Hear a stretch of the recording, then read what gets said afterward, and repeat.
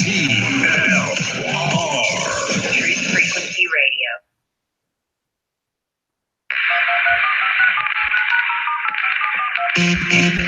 Condition orange. Condition orange. Situation delta in effect. Please enter your agent number now, followed by the hash key. We have to create culture. Don't watch TV. Don't read magazines. Don't even listen to NPR. Time comes when silence is betrayal.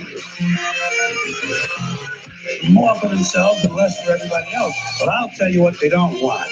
They don't want a population of citizens capable of critical thinking. They don't want well-informed, well-educated people capable of critical thinking. They're not interested in that. That doesn't help them.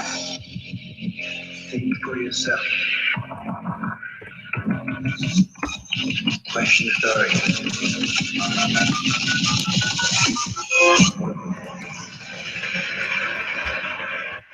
This code has been compromised.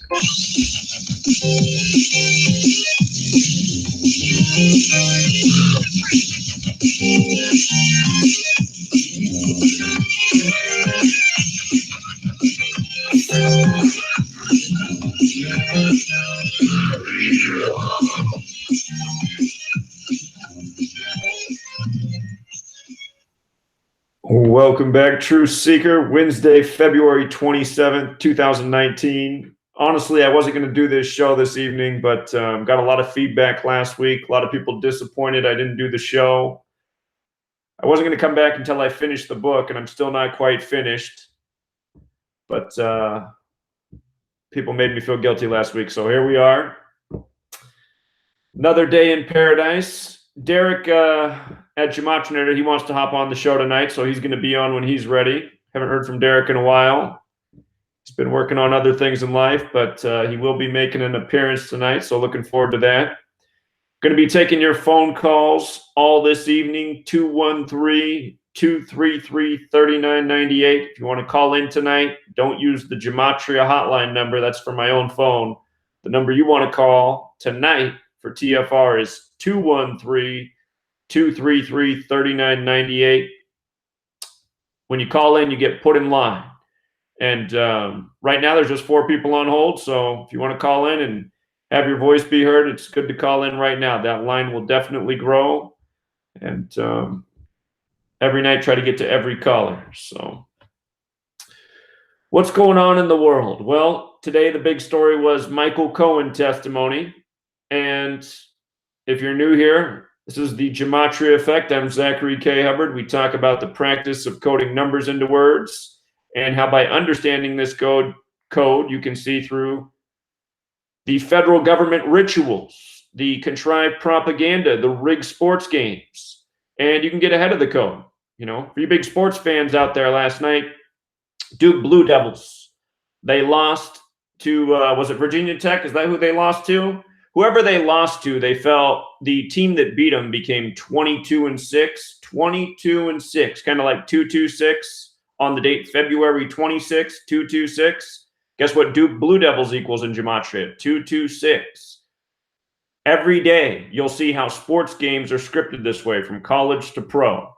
And if you're the gambling type, this is definitely knowledge you want to have, because you'll become a consistent winner. You know, I have a big following. I'm not proud that the majority of my following is gamblers, but they are. There's a lot of gamblers in this world. And the reason gamblers follow me is because for the first time in their lives, they're not losing at gambling. You know, they're not losing at their addiction. They're winning every single day.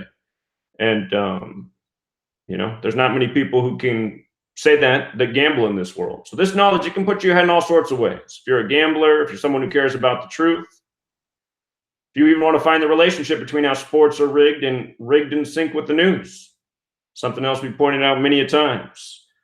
You know, today, Michael Cohen, what's his whole testimony about today? Today's his 187th day of his age. From Michael Cohen's birthday, which I believe is August 25th, to today, whatever it is, it's his 187th day of his age today. Big number there in Washington, D.C. In Gematria, Washington, D.C. equals 187. George Washington equals 187. Ancient accepted Scottish Rite of Freemasonry equals 187. Society of Jesus equals 187. Robert Mueller equals 187. Donald Trump, just as a reminder, he had his GOP convention begin July 18th, 18/7, a span of 187 days before Inauguration Day, a dead giveaway that it was all rigged for him to win the 58th U.S. presidential election, which he did after he announced he was running from the 58-story Trump Tower, and why he hired the 58-year-old Steve Ray for Inauguration Day, and why Hillary Clinton put out a book called What Happened, about why she lost the election. What happened equals 58. Today, February 27th, is the 58th day of the year. Big Trump news domestically and internationally. He's, what's he call him? Rocket Man. He's visiting with Rocket Man. One of the top news headlines was some local bar near where they met had this best-selling drink today called the Rocket Man. It's all a mockery. It's all theater.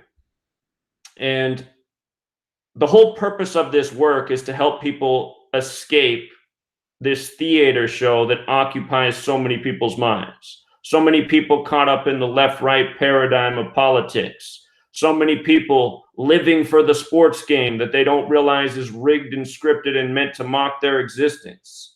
You know, so many people letting these news stories, you know, impact their behavior, their mood. Every day, the negativity wearing so many people down. And all the meanwhile, they're not recognizing that all this stuff is contrived. It's propaganda. It's programming. It's back to your regularly scheduled programming. And, you know, if you want to escape that matrix, this is the knowledge you want to have. Here we are on Truth Frequency Radio. You tune into the majority of these programs. What are they doing? They're talking about the news stories. They're worked up about the news stories. They're worked up about, you know, the political divisions. You know, they're offering their truth on the matter. You know, I heard David Icke say it, Anarchapulco. We all got to express our truths. I don't know if he misspoke, but there's no such thing as our truths. There's the truth, you know, and some people claim to have the truth. A lot of people claim to have the truth. Most people don't. What's undeniable is this knowledge that we teach here every week. This knowledge isn't something that's unique to myself or you or anyone. This is knowledge that everyone can apply. It's the same system, and every single day it proves all of these things that occupy the minds of the masses to be false. And that needs to happen. Again, the mainstream media is the brain for most people. Most people let the media do their thinking for them. They let the media guide their thinking every single day. And that needs to stop. You know, so many people, they come and they see my video, they're like, what's the point of understanding this? To me, it's just like, if somebody's asking me that, the way I honestly feel is they must be brain dead. They must be brain dead to even have to ask the question. And honestly, most people are brain dead. This knowledge is self-explanatory. It reveals the lies that we're being lied to, that we're being systematically programmed, you know? So anyway, rather than carry on and talk about the same old, because really it is every single day, it's just rinse and repeat, let's go out to the phone lines. The line is growing by the second. Richmond, California, you're going to lead it off tonight. How are you doing? Hello? Yeah, you're on. Hey, how's it going, man?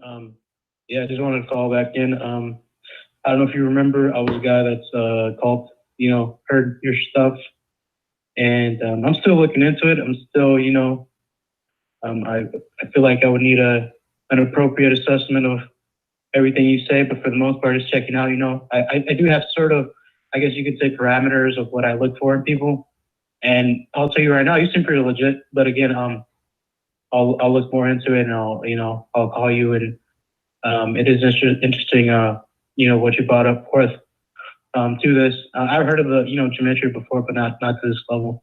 And yeah, I just wanted to say, you know, I'm still looking into it. I guess as a side question, I always wondered, is it, if you, as you said, you know, you said some pretty powerful things at the start that I pretty much agree with, practically, you know, 99%. Can what you do, does it also, like, for example, predict boxing results because I'm not too into boxing, but I was, as you said, if it's all the sports, it would apply to the majority of the sports, right? Yep, it applies to the world of fighting. You can see why every fight is for the date it is. Okay. So if by any chance, maybe in the future, I call in, would you be able to tell me? Well, obviously before the sport event happens, obviously there's a lot of. You can sign up for my Patreon. We do sports picks every single day, Monday through Saturday. Okay. All right. All right, cool. Well, yeah, man. Yeah, that's all pretty much I wanted to ask. I'll keep looking into it. Keep doing what you're doing. You seem on the right track. I would kind of, I understand, the frustration you feel because obviously you're in a bigger position, or you're in the forefront, I guess, when it comes to this. But I would just I understand you get frustrated with other people in this particular, I guess, movement. I would just be cool. Obviously I understand the frustration. It's not something easy, even to people that are quote unquote awake. They always tend to regurgitate, the right or the left mentality. And then, I just would want to say, to you, just keep on doing what you're doing. Just try to keep level-headed.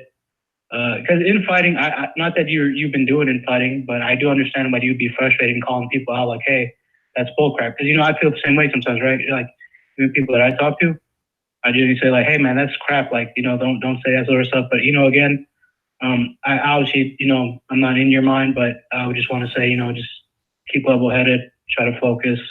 Because, again, if this turns out, for me personally, again, if this turns out to be a real thing, then, I'm 100% on board, man. Like, I'll... Remind me, are you the guy that came over from the Lift the Veil channel? I think so, yeah. Well, I'm not a part of that movement, but... Okay, so here, I just want to ask you a question. So you keep saying, like, if this turns out to be real, you seem pretty legit. Like, you haven't been here a long time, but I mean, you've probably been here at least 2 or 3 weeks now. Yeah, 2 weeks. Yeah. What do you see that doesn't seem legit at this point? So far, not a lot of things. I'm just saying, I like to be thorough in what I don't like being a puppet, I like to think for myself and I try to just, like I said, I'm looking at all the parameters that I usually look for in a person. Of course. No, that's fair, man. But if you've been here for 2 or 3 weeks checking out my videos, it's like, here's an analogy for you. I put a baseball bat in front of your face and I say, this baseball bat's hard. And every time I swing it at your teeth, it's going to knock out more teeth. After 2 or 3 weeks, you don't have any teeth left. So, I mean, do I need to hit you in the face again with the baseball bat? No, you really don't. But again, I'm just trying to, because again, it is out of all the things that I've personally looked at and assessed, I guess, it is something that stands out. But again, like I'm saying, I'm just, I'm still looking into it. I'm looking at any holes in your game, so to speak. And not that, obviously, who the hell am I, right? You're the guy. You're still, at the end of the day, you'll still be doing your stuff. I'll still be living my life, but that's just in terms of what I look for. Like, that's what I look at it. I just look at it, try to assess everything and see if there's any holes, and if it checks out, it checks out. Because ultimately, right, I want to know the truth, right? And you want to know the truth. Like, I get tired of doing the same sort of crap and listening to people's like stupid arguments and just, I look at the world and I feel like it's going in a way where it's extremely negative, and it doesn't have to get that way. I've always been in that mindset, regardless of, all the conspiracies that I've seen. It doesn't have to get extremely negative or to a place where everybody's fighting and it's just bad for everybody, But yeah, I get your point. Yeah, I'm not invalidating anything you said. I'm just being thorough about it. And again, you seem like you're on the good spot. So just keep doing what you're doing, man. It's like, yeah, I just want to say that pretty much. All right. I appreciate it, caller. You have a good night. Take care, man. You too, man. You too, yep. Yeah, and just for the record, I don't give out sports picks anymore. So it's all on Patreon. Spend a lot of time every single week decoding all the sports games. And yeah, they are all scripted. Been proving it for years. I mean, seriously, who's ever called more championships, college and pro, months and seasons in advance than I have? And I don't mean to sound so arrogant, but nobody's ever done it. I forget who was, it was Handsome Truth. He said, you're like Biff from Back to the Future. Yeah, exactly. The only person you could compare me to is a character from a fictional movie. So the code's legit. You can be thorough. You're not going to find any holes in this research. This is what's going on in the world. It's undeniable, period. End of discussion. And the reason there's so many people who doubt this research is not because the research lacks, it's because the minds of the masses lack.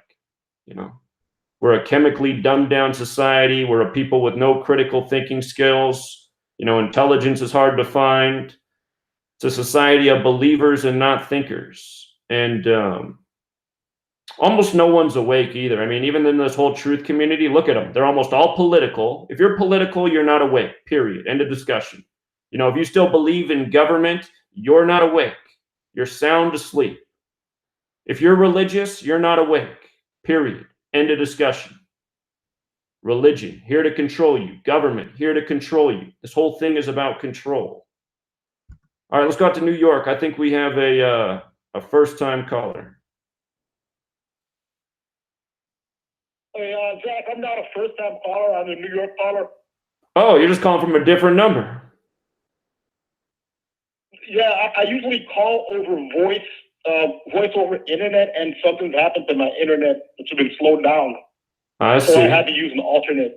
My internet's been really slowed down recently too. I wonder if we're getting targeted, man. I'm having like so much trouble trying to post blog posts. It's driving me nuts. I'm spending like 20 minutes per blog post just to try to get the screen to load for the last week. Oh my God. Yeah, I was wondering if I'm being targeted or if other. I mean, most of the people I live with here, I guess they're just not into like the internet and stuff where they get off of the cell phone. But yeah, I'm wondering, am I being targeted or what? Because I mean, I can't. Yeah, everything's slow, just like you said. Page is taking forever to load, and because normally I use voice over internet, so it's not the. So I know it's not the computer because that wouldn't affect the telephone. So it's coming from the modem. So yeah, so that's why I'm using an alternate phone. It's not muffled, is it? Am I sounding clear or is it a little muffled? No, you're fine. I recognize your voice and everything. You're good. Okay. I just one thing real quick. I want to tell you a phrase and just right off the bat, just guess what Gematria value it is. Just a wild guess, first thing on the top of your head. The phrase is the practice of deception. 113. Yeah, you got it. Funny. I don't know, for people who are new to this is how easy it gets once you know the code. You can know what a number is before even doing the calculation. Sure. And for people who don't know, the number 113 comes from the Talmud about how the chosen ones, they can lie to the non-chosen ones. Bava Kama 113, and there's about 1 million words that have to do with lying that sum to 113. So. Yeah, so I wanted to. There's a disturbing trend on YouTube. You know, YouTube's been, you know, they're ratcheting up the censorship, and you're on your 19th channel, and you've 18. We're not there yet. 18. 18. All right. sorry about that. But yeah. So yeah, you gradually worked up to 50,000. But there's a new trend that you want to watch out for. What YouTube is doing now. There's a website called Tube Filter. They call themselves an online video curators, and they deal with issues related to streaming videos on the web. So what's recently happened, what YouTube is doing now, this is the title of one of their articles. After child video scandal, YouTube says ad-friendly videos can be demonetized for inappropriate comments. So what they're saying is you're going to be and it's not just demonetization. When you're demonetized, the algorithm also suppresses your video, so fewer people. It's not going to pop up as often. Now, what's the important thing to note here is that they're being demonetized based on comments in the comment section. They even acknowledge these are ad-friendly videos, and a prime example here is the least controversial channel you could think of. It's a Christian family of a channel. They just run a channel about their kids and their family. And they had the lady's name is Jessica Ballinger, and she had this exchange with YouTube because suddenly she doesn't know why she's being demonetized. So this is her exchange with YouTube. She says she got this note from YouTube. They say, with regard to the actions that will be taken, even if your video is suitable for advertisers, inappropriate comments could result in your video receiving limited or no ads.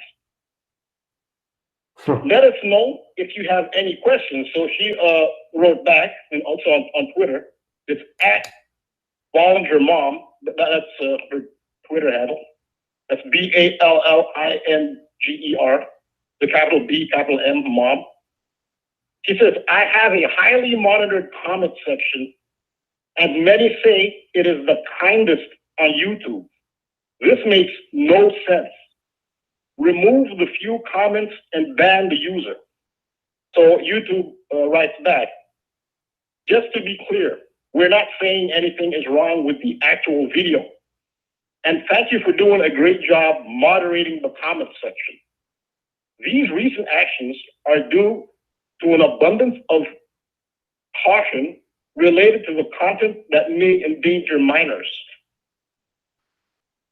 Not all channels do moderate, and we've had to take on an aggressive approach and take more broad action at this time. We're also investing in improving our tool to detect and remove this content, so we rely on your moderation less. And then she says, I can understand that you're dealing with a widespread issue, but these videos were then manually reviewed.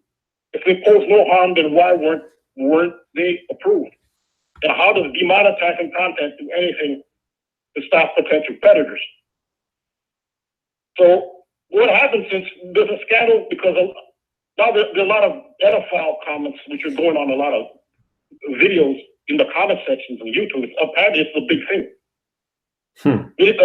So YouTube, since the scandal broke, since they kind of, I guess, officially announced that, whoa, this is a thing, within the first 48 hours of the scandal breaking, it had disabled, within the first 48 hours, YouTube had disabled comments on tens of millions of videos, terminated over 400 channels, and reported illegal comments to law enforcement.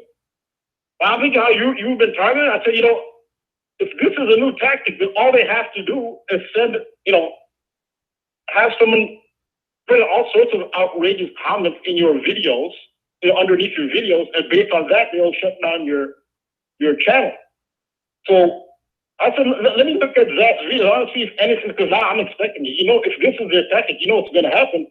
But I think this is your latest video, like 3 hours ago. You did a video about Andy Anderson, the Cure drummer. Mm-hmm. I looked at the comment section, and the last time I looked, it was at the bottom of the comment section, and there was a comment that said, only good Jew is a dead Jew. And it was starting to receive like a lot of, they had like 5 thumbs up. And to me, that looks like the kind of comment, that's what I was expecting. As soon as I heard it, I said, let me look at the comment section and that video, and I saw that one, I said, bingo. So that's the type of thing that they're trying to use to set people up with. So I think you look at that video, and I take that comment off. I don't think that's authentic. I think that's it's kind of a setup. What do you think? Yeah, that sounds like it does sound like, if that's really how they're policing channels now, it does sound like a good way to get a channel terminated. Yeah, I'd hate to turn off the comments just because so many people leave helpful comments. I'll keep an eye on it and see if I see those patterns persisting. But I realized that as soon as I post a video, it doesn't seem to matter what the title of the video is, it's instantly demonetized. So every single video I post, as soon as I post it, it is demonetized. And I imagine it's just because my channel's targeted by YouTube for, you know, content they don't want on there. So yeah, but this comment is on your latest video on the Andy Anderson thing. It says only views. That's not the bad comment. Okay. I think that's the type of thing they're looking for. Yeah. Send you a link. Can I send you a link to your video? You can scroll to the bottom. Well, I know exactly where to look. I'll look at it at the commercial break and see who left the comment. Sorry, okay. Yeah. I appreciate it, though. Just be on the lookout for that sort of thing. Yeah, it's a great heads up. I didn't realize that was going on, so I appreciate the information. Yeah, man. Have a good rest of the show. All right. You have a good evening. Take care, man. Yeah. All right, we got about 15 seconds till the commercial break. I am live streaming on YouTube. When the commercial starts, I'm going to mute the volume so you won't hear anything on the YouTube, just because I can't play the music. It'll get the copyright thing. So music should be kicking in any second. It's supposed to be playing right now, but I don't hear anything. So, Well, we got 10 seconds till the commercial break. Once the commercials roll, I'll interact with the YouTube chat room. All right, we'll be right back, Truth Seeker.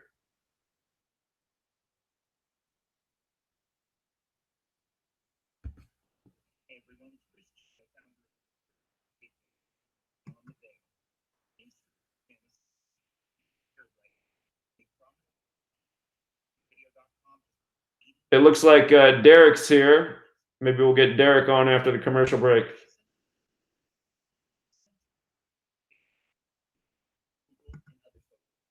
Let me see. How do I interact with Derek here?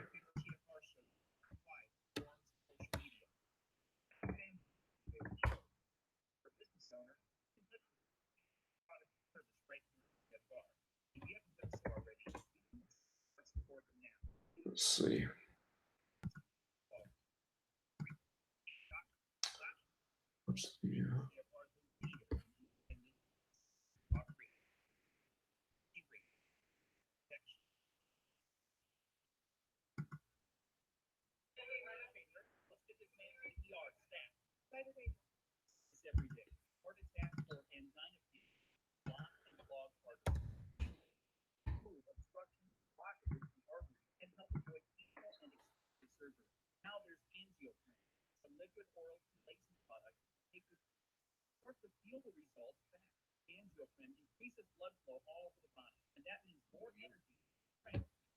Yeah, I can hear you. You're quiet. 60 years of research has gone into chelation.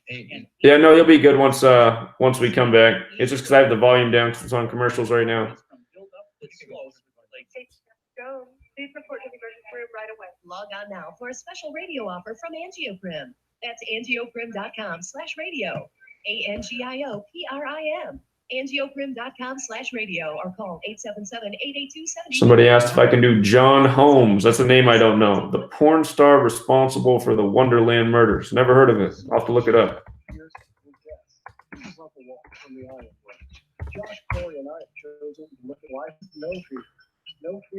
March 13th birthday. No fear of ridicule for thinking outside the familiar fool's lines. Oh no, that's the day he died. Those refusing the party line. No fear of taking on those so convinced in their beliefs who would sooner drink the Kool-Aid than believe they've been fools made. In this world filled with nature, callous-sake, the truth's protective layers be peeled back to show the tender, juicy veins. The Wonderland murders were on July 1st, huh? 1/7, kill 17.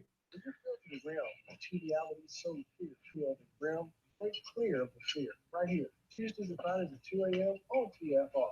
Josh and I and you will hammer out the impurities of technology-driven group things, fold in a dash of logic, and pinch it all with a bit of absurdity. The Iron Works, break clear of the fear. Real people, real radio. Initiating the truth frequency. This is Truth. Restore Radio.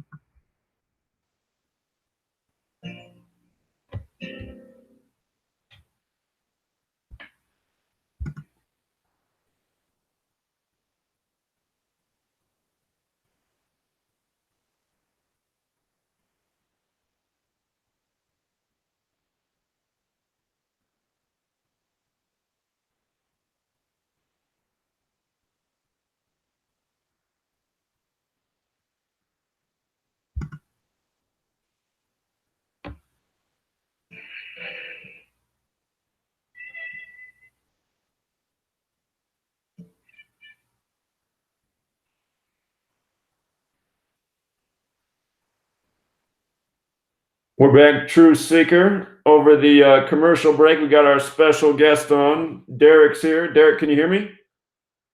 I can hear you loud and clear, Zach. Thanks again for having me on tonight. Yeah, of course. Welcome, man. How have you been? Well, I've been doing all right. You know, lots been going on this year. The personal life has been a little complicated, but aside from that, all is well. You know, work's fine. Life is fine. And the numbers never stop syncing up with each other, do they? They don't.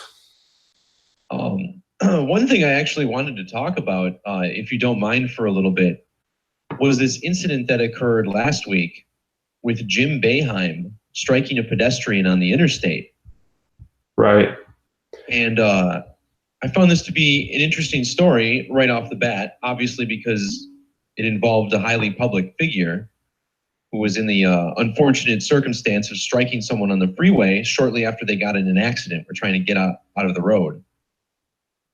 And this all happened the same day that Zion Williamson, the big #1 prospect for Duke, somehow came out of his own shoe making a plant within the first 30 seconds of the game. And I think you and I would agree that whole injury that he went through was fake. Absolutely. It didn't really look like he got hurt, but just the idea that someone could come out of their shoe like that, and for it to happen in the first 30 seconds of the game like it did, I mean, it's not hard to pull off, right? You just rig his shoe up, you stitch it together just lightly, and then you have him, do one big cut and the shoe rips. Right. Just take a razor blade to the sole, right? And just leave a little part hanging. Exactly. Just pivot on it one time, boom.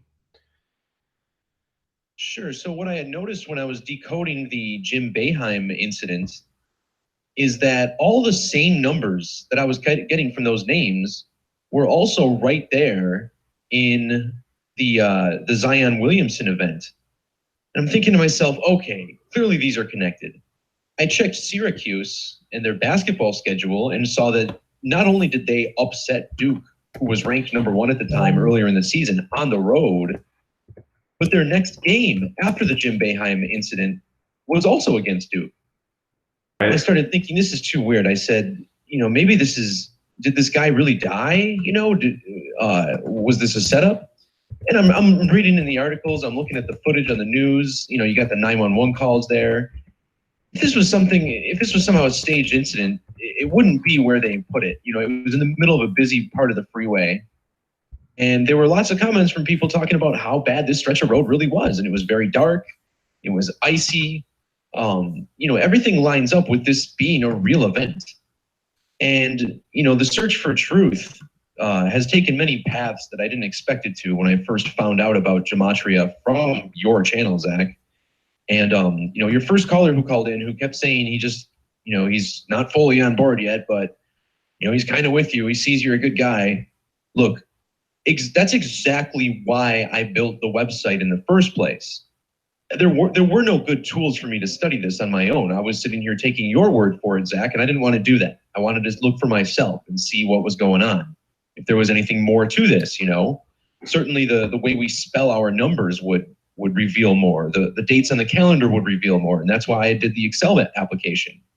And I concluded, 100%, absolutely. In fact, within the next week or two, I'm going to upload a presentation on how the moon and the numerology of the moon essentially coded our calendar. Like, it's incredible. And, as I've been observing my own personal life after learning about Gematria, building the calculator, understanding all my numbers and having easy access to that at all times, then you start paying attention to the things that are happening, the people that enter your life. And without a doubt, this numerical system of letters and numbers, dates on the calendar, the calculations between dates, this is what's running our lives and guiding us through these experiences that we have. And that's the part of it that I never really expected, is that why is this knowledge practiced within the occult and in the elite? Well, it's because these people have knowledge about this system. I mean, for us to explain to the common person why this numerical knowledge is being used, if they didn't want to be found out, if they wanted everything to be a secret, why would they put everything right out in front of that and have those numerical synchronicities? Well, for one, we are a race of people in general. I shouldn't use the word race. We are a species in general in this country that just does not have an understanding of this Kabbalistic belief. And I don't call it a belief so much as a discovery that God created the world by merging the letter and the number. And it's not just that he created it, it's that he seems to be constantly creating it with that code. So it's one thing to suggest to people that this code is being used. And then again, you get the why. Well, the why is because this code is so significant to each of our lives on an individual level. It's just that we've never been taught that. It's something that is generally reserved. And when I look at some of the synchronicities that have happened in my own life, I mean, these are things that I don't even feel comfortable talking to people about because they're so concrete, they're so solid. Like the decodes I've done on the organic matrix side of my blog, sometimes those things just flow more smoothly than a news article that we get that's super coded. So, I'm willing to accept that some of these stories actually be real, and certainly not all of them. I mean, like I said, this code is understood to some extent, or at least believed in, and they're exercising that knowledge to rule to reign over us. Knowledge is power. So, I had already kind of concluded that maybe this whole thing with Jim Boeheim was real. And in fact, I had a really strange sync with the headline I wrote for my blog post. My blog, by the way, gematrinator.com/blog. And I gematrinated the headline I wrote. And of course, that's something I usually do with the news headlines. I'll copy and paste a news headline and be like, oh, look at all these relevant numbers that I already mentioned to you or in the story. It turns out that same thing happened with my headline. It was 404 ordinal, 170 reduction. The word kill, 44 and 17, the same ciphers. And that's what, those two numbers were big in the story. And I'm just thinking, man, that was weird. And then I checked how old I was. I was 404 months and 17 days old. And that was the second time within a week something like that happened, because a week prior, when I was 404 months, 10 days old, I ended up decoding the moon landing. And in the alphabetic order, National Aeronautics and Space Administration equals 441. And there was more to that one too. It was really strange. So my point is, you pay attention, you realize there is something going on. And so I already had these syncs and I'm like, man, maybe this was real. Maybe these are clues. Well, someone left a comment on my YouTube video, and I had not actually done a video about the Jim Boeheim incident at that point. But somebody saw my most recent video and left a comment there, and he was from Syracuse, and he gave me his phone number, and he said, I got information on this story. And at this point, I was already scratching my head about this story because there were too many strange things lining up with it. And he called me, or I texted him, and we've yet to actually chat, but he's been sending me all this evidence showing me he's friends with this neighbor of the person who died.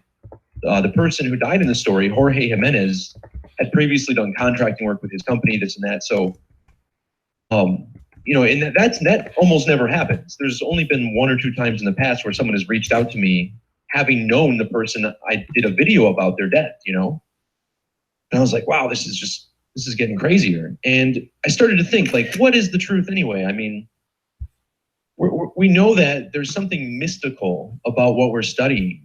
I mean, we've all acknowledged this at some point or another, to the extent at which this is all occurring. Maybe you, me, and other decoders might disagree with a little bit, but certainly there's something happening. And with all these things having come together, I just thought it was so interesting to begin with. Well, this guy goes on and he tells me, a little bit more, and he's like, he said this place around here where this incident occurred is very weird. He says there's this forest back here. It's really strange. It's actually the one that inspired the Wizard of Oz. But my dad and I used to take walks through that forest. And I was like, huh, the Wizard of Oz, huh? So I just ran a couple numbers, and no kidding, Zach, Wizard of Oz equals Williamson, perfect overlap in Gematria. The Wizard of Oz equals the same as Duke Blue Devils. And you have a story about a guy coming out of the shoe, slipping like a slipper. Wizard of Oz, you got the red slippers. It all started to come together for me. And I'm like, wow, it measures up with the release date of the film, the death of the guy who wrote the books. Like, he's from the Syracuse area. I mean, all this stuff fell in place. What's his name? Frank L. Baum? Is that his name? That's him, yeah. And there's a couple more like syncs. Lyman Frank Baum. Let me just check this real quick. In Gematria, the name Lyman Frank Baum equals the same as Duke Blue Devils. Wizard of Oz equals Williamson. Zion Lateef Williamson equals the same as the Wonderful Wizard of Oz in reverse. Yellow Brick Road, 74. Zion Williamson, 74. Oz equals 41 and 14. Duke equals 41 and 14. The incident had a date numerology of 41. So it goes on. And this actually syncs up with a movie that came out called The Red Slippers. And it was about the theft of Dorothy's slippers from a Minnesota museum. And CNN just published an article in 2016, actually 2018, talking about how these slippers were found. That article came out 18 weeks, 6 days before Syracuse upset Duke. Dorothy's slippers equals 186. Zion Williamson on the date of the article was 18 years, 60 days old. And the headline of the article sums to 1,086. In that Syracuse Duke game, it was a total of 186 points. I mean, it's just incredible how these things line up. So here's where it gets really weird though. Like, this guy who reached out to me, he gave me his full name and birthday, and he's like, hey, if you could run my numbers and let me know, what you find. And I didn't really see much that popped out. And that's unusual. Usually there's a good connection between the numerology, the birthday. What I did notice is that his common name, first and last, comes to the year that he was born in, which was kind of interesting, 76. But I typed in The Wizard of Oz, the name of the movie. And in Jewish Gematria, the cipher that I teach to be the most significant outside the base ciphers, and even within the base ciphers, I call it, The Wizard of Oz sums to 2,213. And that number stuck out to me immediately because that was the number of weeks old he was when I first reached out to him. And that was the first time where I actually gasped when I saw something like that through numerology. Like, I've had chills and goosebumps before, but this just blew my mind. And when I told him, I was like, wow, dude, this whole thing is synced up with the Wizard of Oz, and this is your age. And then I brought up the Zion Williamson. He's like, well, what does Zion Williamson have to do with it? I said, well, the day that Behrendt killed the guy was the same day that Zion Williamson fell out of his shoe. And he goes, well, I tell you what, that's pretty incredible because, my best friend in life was a dog named Duke. He says his dad was nicknamed Duke. He had a tattoo with Duke on it. And his last name, 4 letters, has the same base gematria as Duke. And when his dad died, if you measure from the date of his death, from 1995 to the date of the game, where Zion Williamson, messed up his shoe, it was 191 days. Zion Williamson equals 191. James Arthur Boeheim, the Syracuse coach who killed the pedestrian, his full name sums to 191, also in ordinal. North Carolina Tar Heels, 1,091, just like Jorge Jimenez. And this was 191 days after the anniversary of this guy's death.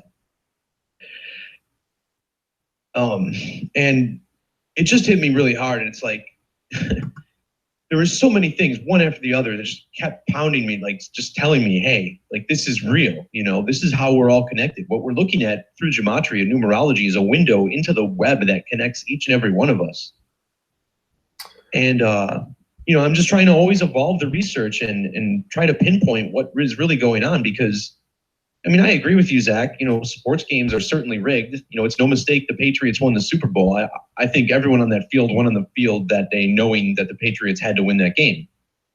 But some of the plays that occur and some of the numbers that pop up on the clock, and thinking about my own history in Little League and how the craziest things all happened in the big championship game, I just think there's a lot more to it. And that's the part that was really interesting. But, what really touched me about it is that through this and me explaining to him how his dad, the death of his dad and that numerology was connected to this event, it put him at peace a little bit, right? He said it made him feel a lot better. And it's like, is there some sort of like number therapy available here that we can kind of tap into? You know what I mean? Because I've always kind of believed that paranormal type things occur, and it only would stand to reason that those types of things occur by the numbers, right? So yeah, I had that all happen within the last week, and I'm going to be doing a video on this. I want to understand exactly, what he's going to allow me to share about his numerology that I can share. And I've always been one to talk about my full name, my birthday, and everything, because I want to make sure people understand this experience that I'm having and how unique it is, and how I've never seen anybody talk about this type of thing before, aside from the very few of you who were making videos like this before I was. So it's just so wild. And then to see how the Wizard of Oz was connected to this. And Zach, Syracuse won one title ever, and it was the last year they played as the Syracuse Orangemen. Syracuse Orangemen equals 203.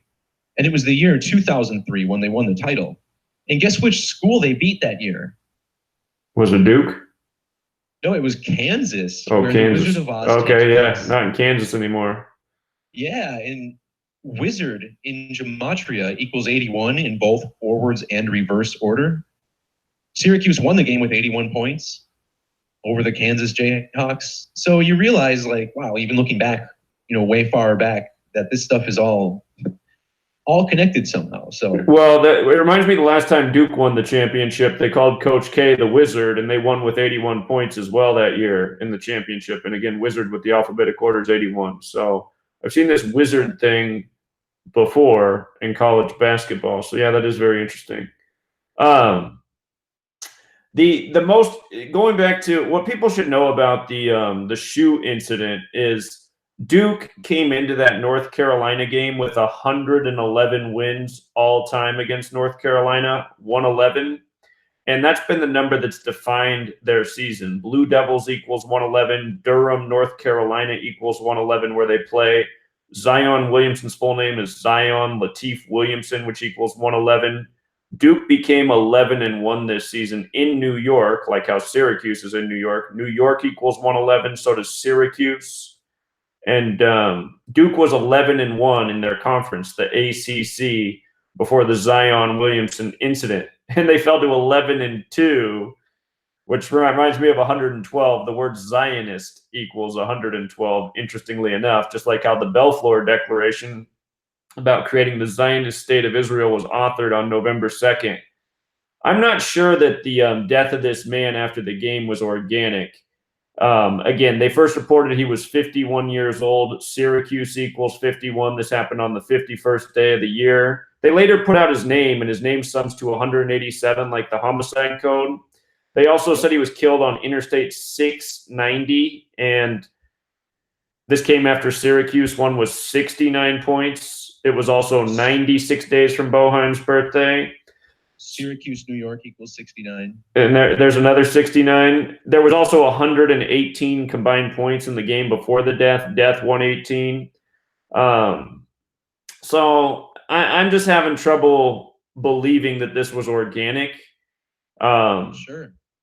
again and again, we see these suspicious car accident deaths. I suspect they murder these people as rituals, and then they blame it on something that people can believe. So, like you said, people in the area know that that's a nasty stretch of road. There's probably a lot of accidents there, so they'll say, "Oh, sure, I could believe that." Yeah, it's just the whole thing is confusing. I mean, you got the guy was with 3 other friends in the car, so nobody's pressing charges against anybody. That's not to say something couldn't have been done intentionally, but and who are these people? I mean, like, who are these people? And so, I mean, there's just too many things we don't know about. The whole thing is too weird. His name, in addition to summing to 187, also sums to 61, and the date he died on had 61 numerology. So his number was definitely up. And his name also sums to 65. And when Syracuse played Duke in the next game, where they had the moment of silence for Jorge Jimenez equals 65. They scored 65 points. Syracuse did. Yeah, I mean, that's exactly what I mean. So this isn't organic. This is all sick, nasty rituals. And well, there's certainly an organic side to my experience of looking into this and investigating it. And if that's all it is, then I still want to point that out. Sure, there's absolutely an organic side to the code, but I'm not going to come out here and say that, like, this is what they're doing. I mean, they're murdering people, they're rigging sports games, the names of the people are syncing up with the outcomes of the game. So it's just the same thing day after day. And nothing about what's going on in the rigged world of media and sports looks organic at all. A couple things I noticed, too, is that there were a couple different conflicting stories as far as the reports. They said that at first they were going to get cigarettes, and cigarettes equals 44, of course. They even said that the driver of the car was named Alberto, which equals 44 in reverse. And then there was another one that said they were going to the casino. And actually, when I was talking to this guy, he said, well, they sell cigarettes at the casino for a lot cheaper because it's on Indian land. There's different tax rules. And that does stand to reason. I mean, they do that here. People leave the county to buy cartons of cigarettes. Right. And it, who knows? But I'm still, I don't know what's going on. My other take on it is that, well, I guess the far end of the spectrum here is that if someone was destined to kill somebody on that date, because look at Jim Boeheim's birthday, by the way, 11/17, which right. is the 187th prime number. 11 times 17 is 187, and then he kills a guy with 187 gematria. Right. But yeah, I mean, I won't get into all that, but that's what it seems like. It seems like it's all some sort of numeric ritual, and you get the guy with the 191, 187 gematria being killed the same day that the guy with 191, 187 gematria breaks his shoe. And it was a Nike shoe. Nike equals 39 in ordinal. The Wizard of Oz came out in 39. L. Frank Baum, the director or author of Wizard of Oz, equals 390. So there's some riddles in there as well.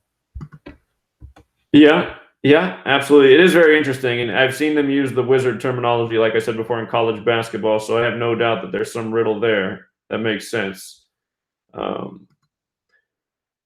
But yeah, I just on the date.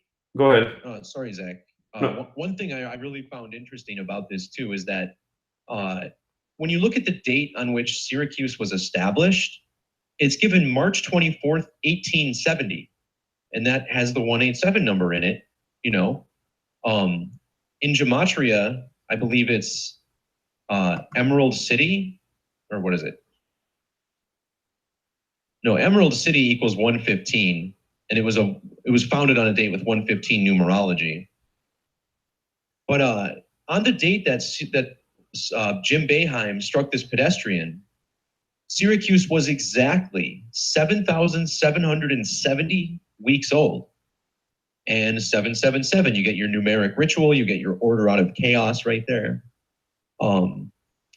So, I actually, the guy I was talking to was trying to get me in touch with the neighbor of the man who died in this incident, and he wasn't very comfortable talking to somebody about it. So something worth looking into, I think, though, further. The guy was probably Ed Orso. I believe. Yeah, he's been around for a while. He's been following this work because I see the comment he left on my blog, which is kind of left a dumb comment. He's like, "You said this was a hoax." It's like, I just made a video and nowhere did I say it was a hoax. I said they probably ritually sacrificed this guy and blamed it on a car accident. So, yeah. I mean, I'm kind of at the point where I don't really say one way or the other. First of all, because they'll try and take you down if you say something's a hoax now, and that's allegedly, a legit reason. On the other hand, I don't know, but we can certainly run the numbers and show you something very suspicious is happening. Right. I mean, just the initial report, 51-year-old man killed. What people don't realize is it's the 51st day of the year and Syracuse equals 51. So, and right after a big win. By the numbers. Both teams at the end of that game had 18 wins. By the way, if you're on Patreon, we called that 61 date numerology, 61 the 18th prime, destined for both teams being at 18 wins. And then you said that the detail was they were going to the casino. Casino equals 61, 18th prime. Jorge Jimenez, 61, 18th prime. So, yeah, the question for the men in the car is, hey, are you guys part of a Masonic lodge? You guys aren't part of lodge number 11. We just saw that with the mass shooting, how all the police officers supposedly shot all go to the same Masonic lodge. Can't believe they put that out in the media. But that's what's going on in this world. I mean, it's not hard to see what's going on. Masonry's death cult, Masonry's running the show, Masonry's killing people by the numbers, rigging the sports games by the numbers. So I don't think there needs to be any confusion added to that. Yeah, there's an organic side to this, but it's not hard to see what's going on with the media reporting in these rituals. And that's the point I want to make clear. Right on. So speaking of these scores of these games and their records. Oh, hold on. We're going to commercial right now. We'll be right back, everybody.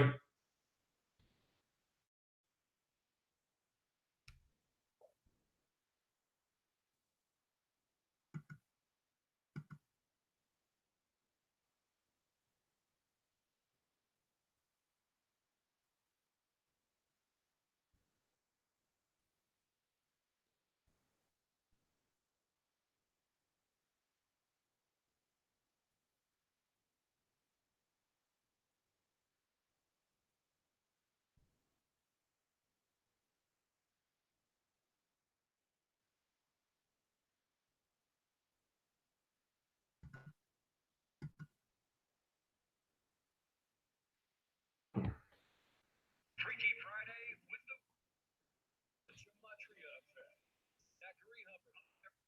All right.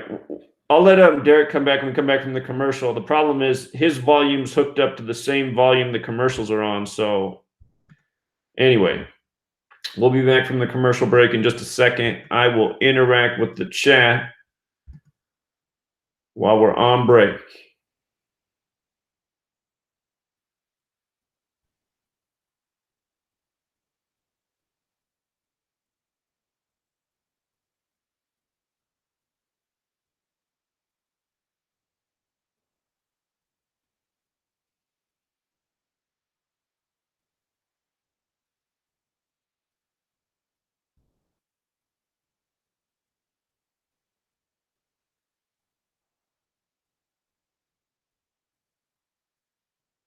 See if there's any good questions here in the chat. I don't see a lot of questions, but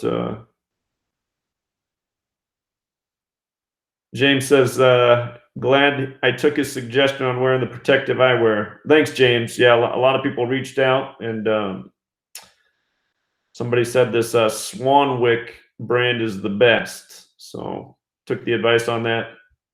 They seem to have good reviews, but wearing these glasses is definitely an adjustment. It makes everything very orange, obviously, but it gets rid of the pain from looking at the computer screen. For all you young people out there, enjoy it. I used to be able to look at the computer screen all day and not have a problem, but finally caught up with me. My eyes were feeling like they were on fire there for a while. Yeah, we're taking callers. I just got Derek on right now as a guest. I'll go back up to the phone line when Derek's finished. So let me see. We got 30 seconds until the break's up.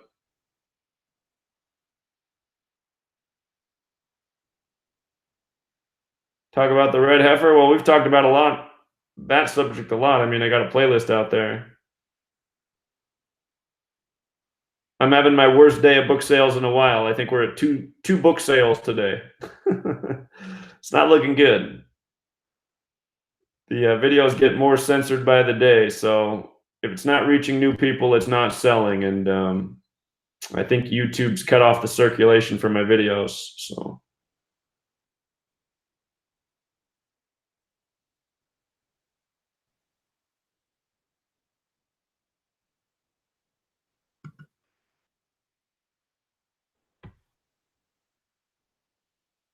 I didn't do the Gematria on the Swanwick.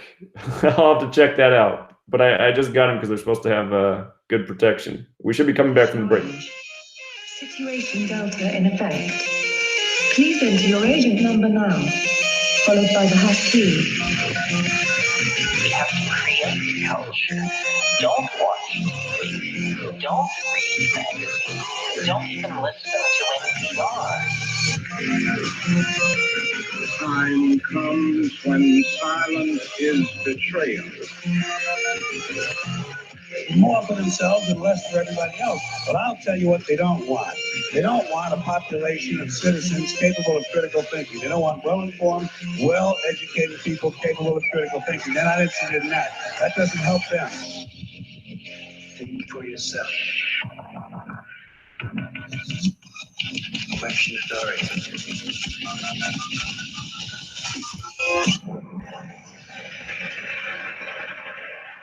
This code has been compromised.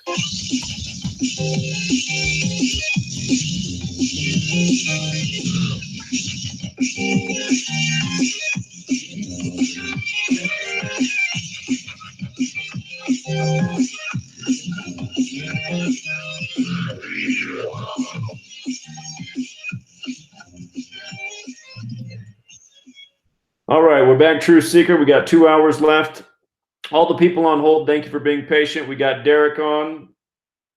Derek, you still there?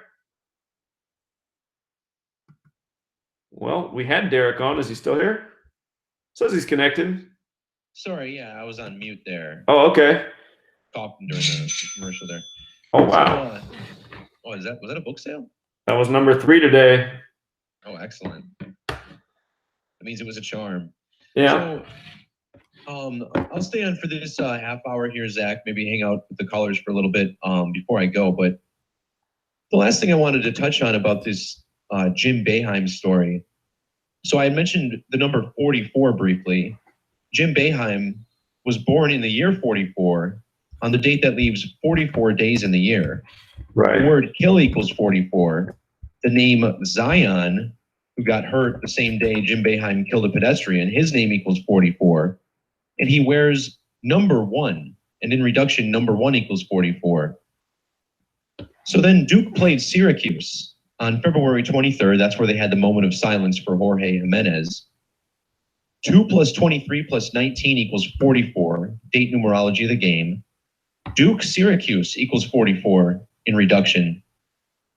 Now, for the game at which Zion Williamson got injured, President number 44, Barack Obama, showed up wearing a bomber jacket. Obama, bomber. In Jewish gematria, Obama and bomb both equal 84.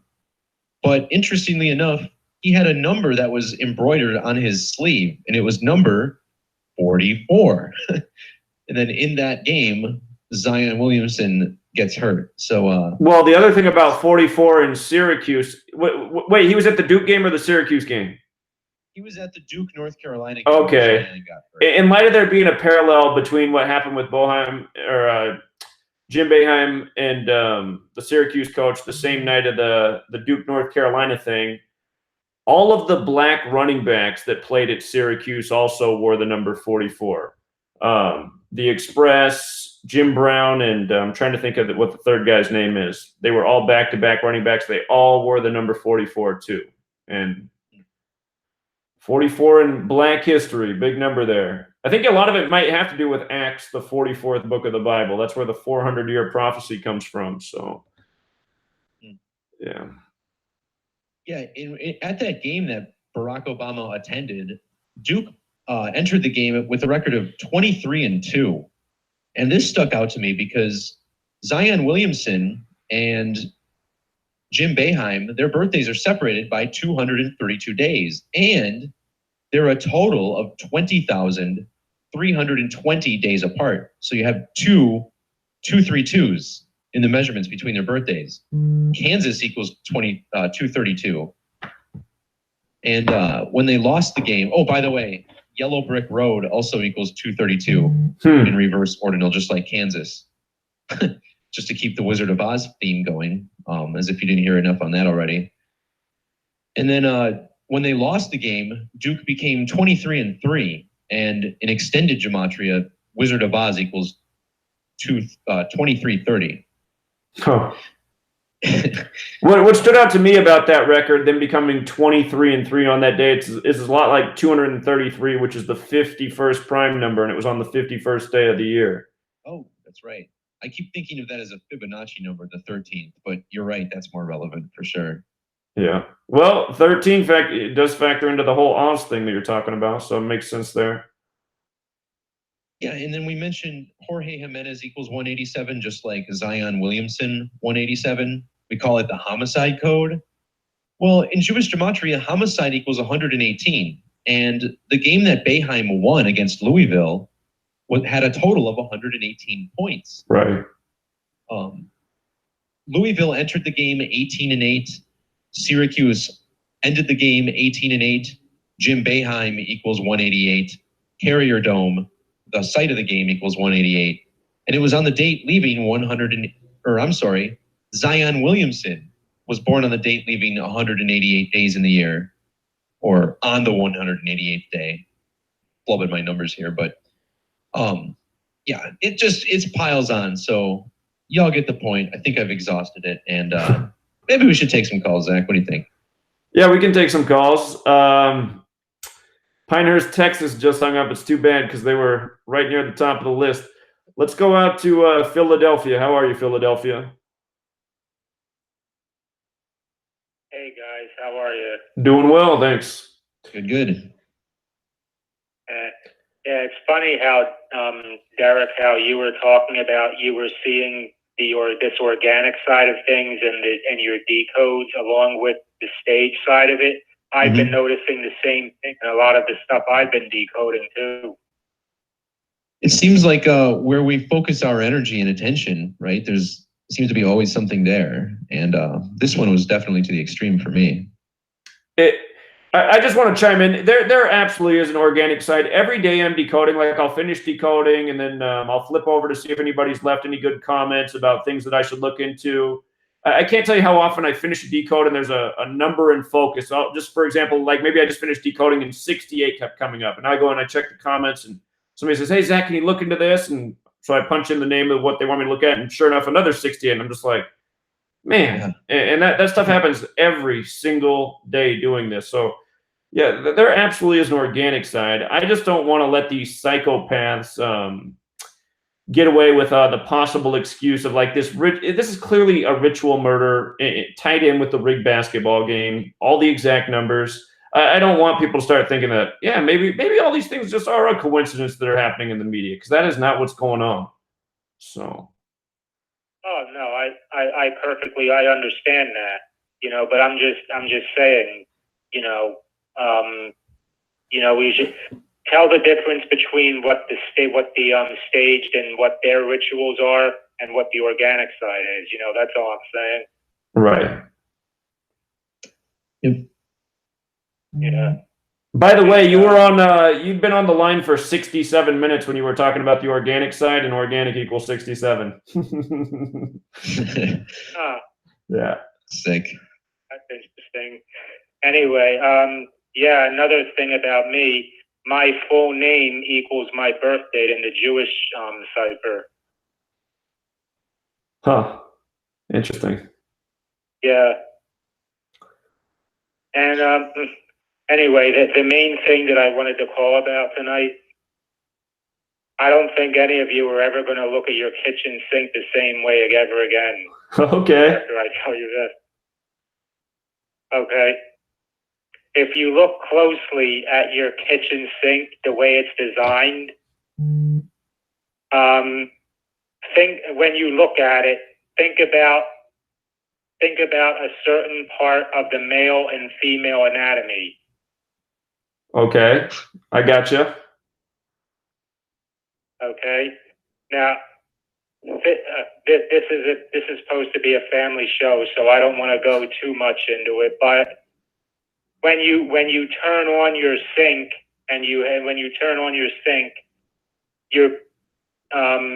you're basically seeing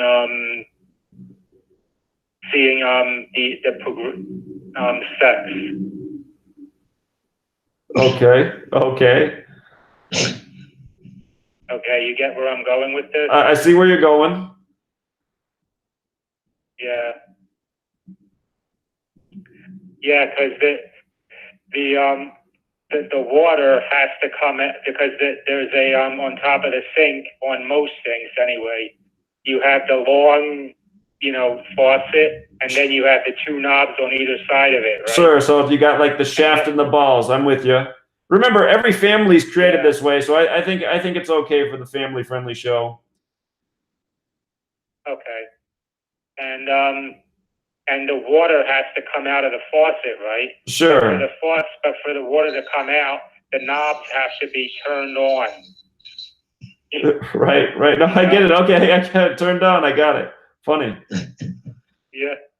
And the water goes into the drain, which is a hole, right? Sure. Huh. Well, that is very interesting. I have never thought of it that way before, but now I'm seeing it. I just can't think of any other way to do it. That's all.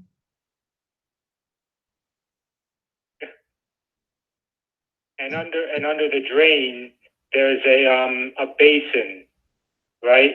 That you could look at as a woman's vagina.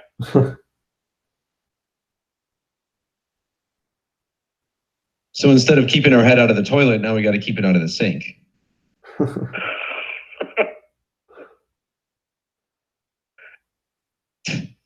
Did you have any more to this, or is there a gematria piece? Oh no! This is just something I realized. Okay. Well, what were you doing when you had this realization? Oh, I was just using the sink, and all of a sudden it just hit me. Okay. Well, very interesting. I don't know if anybody out there had that thought before, but it's the first time I ever came across it. So I appreciate it, caller. Next time you turn that knob, make sure it's just your faucet that turns on and not you. Right.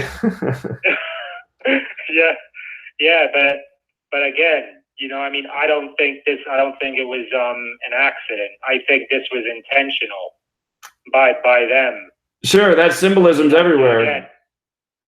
So, yeah. My next faucet will be one with the one bar that you move to the left and the right. All right, I appreciate it, caller.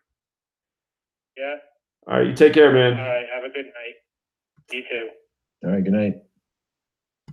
Yeah, well, that's a new one. So you just never know what you're going to hear next on the Gematria Effect.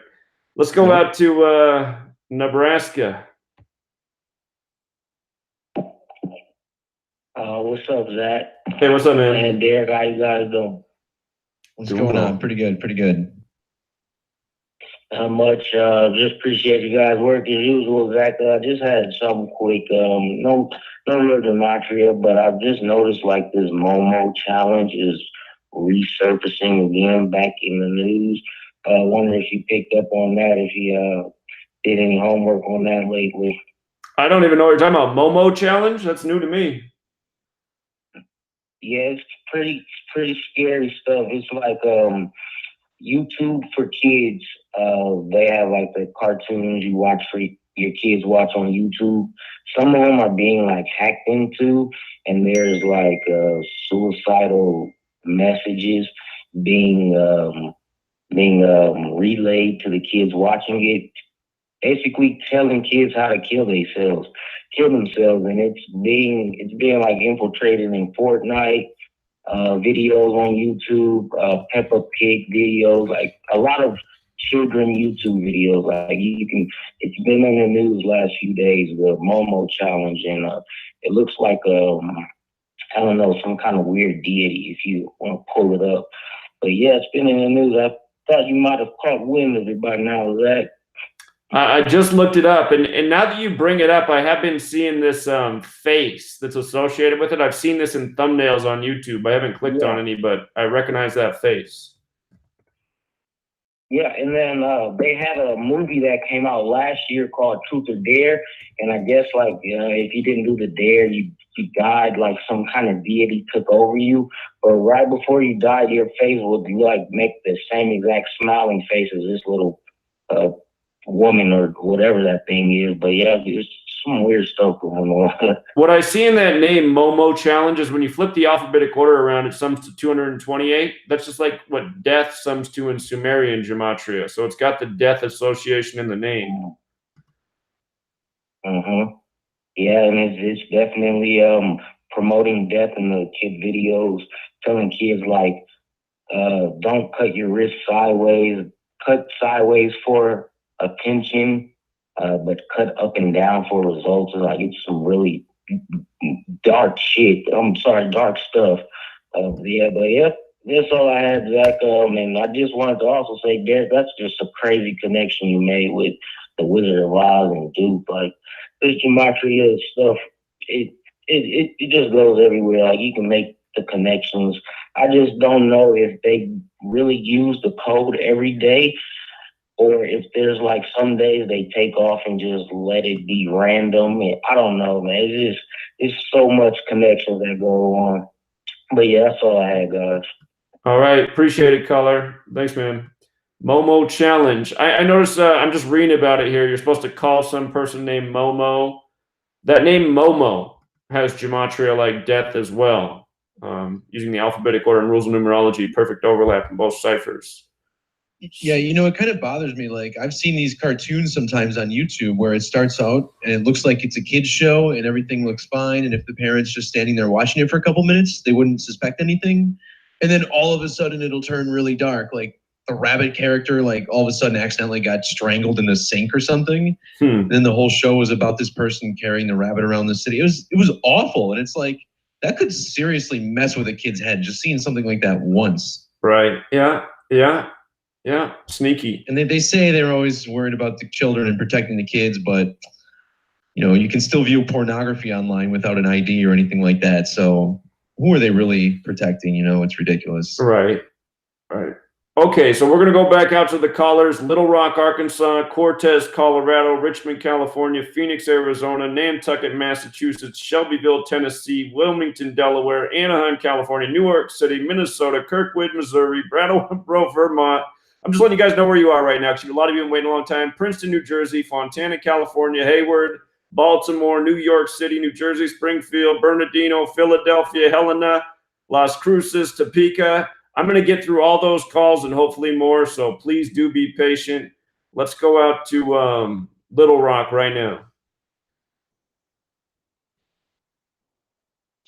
Thanks. What's good, Zach? Hey, thanks for calling in. You got it, man. This Matrix decoded. Appreciate it. Yeah, I was, the one I was telling you when I called in before, I was working on the book, Matrix Decoded. Right. I remember.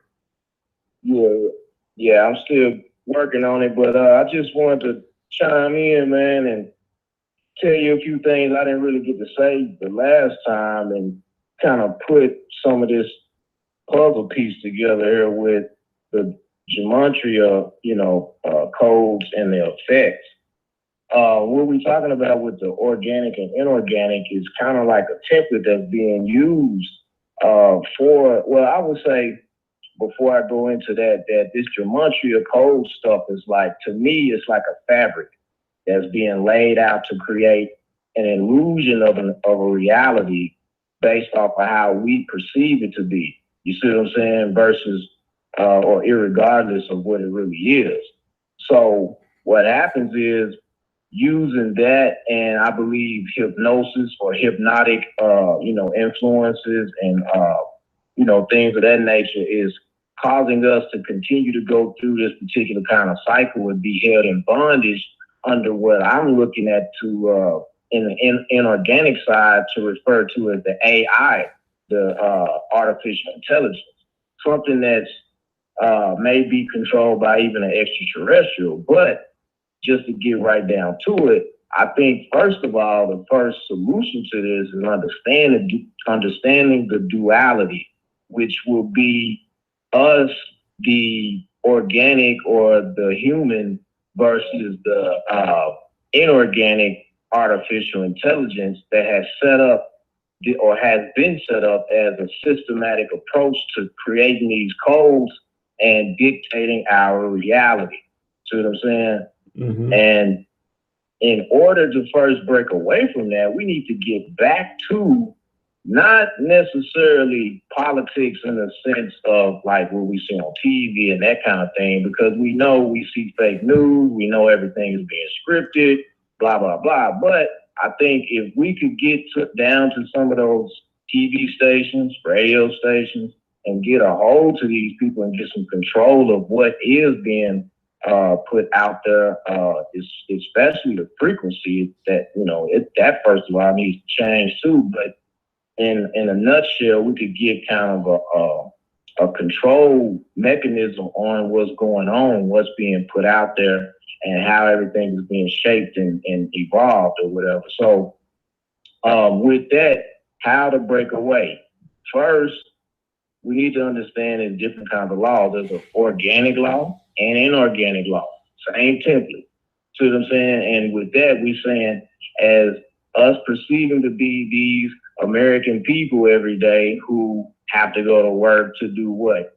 Get money or to survive, basically. We need to learn how to utilize what we already have, which is the law and common sense. Now, the law that I'm referring to is common law, and the common law is common sense. You see what I'm saying? So, long story short, first step, expatriate. Expatriate, what does that do? That cancels out every adhesion contract with this artificial mirror, parallel image of our reality. You know what I mean? What we consider to be marriage, that's marriage is a contract. We know the things inside of the marriage construct is being distorted to what we consider to be non-reality, non-natural, that type of stuff. So to go even further, we could talk about the corporations. A corporation, if you look up the definition, the short, it's a body corpse, a dead entity. It's artificial. It's a legal fiction.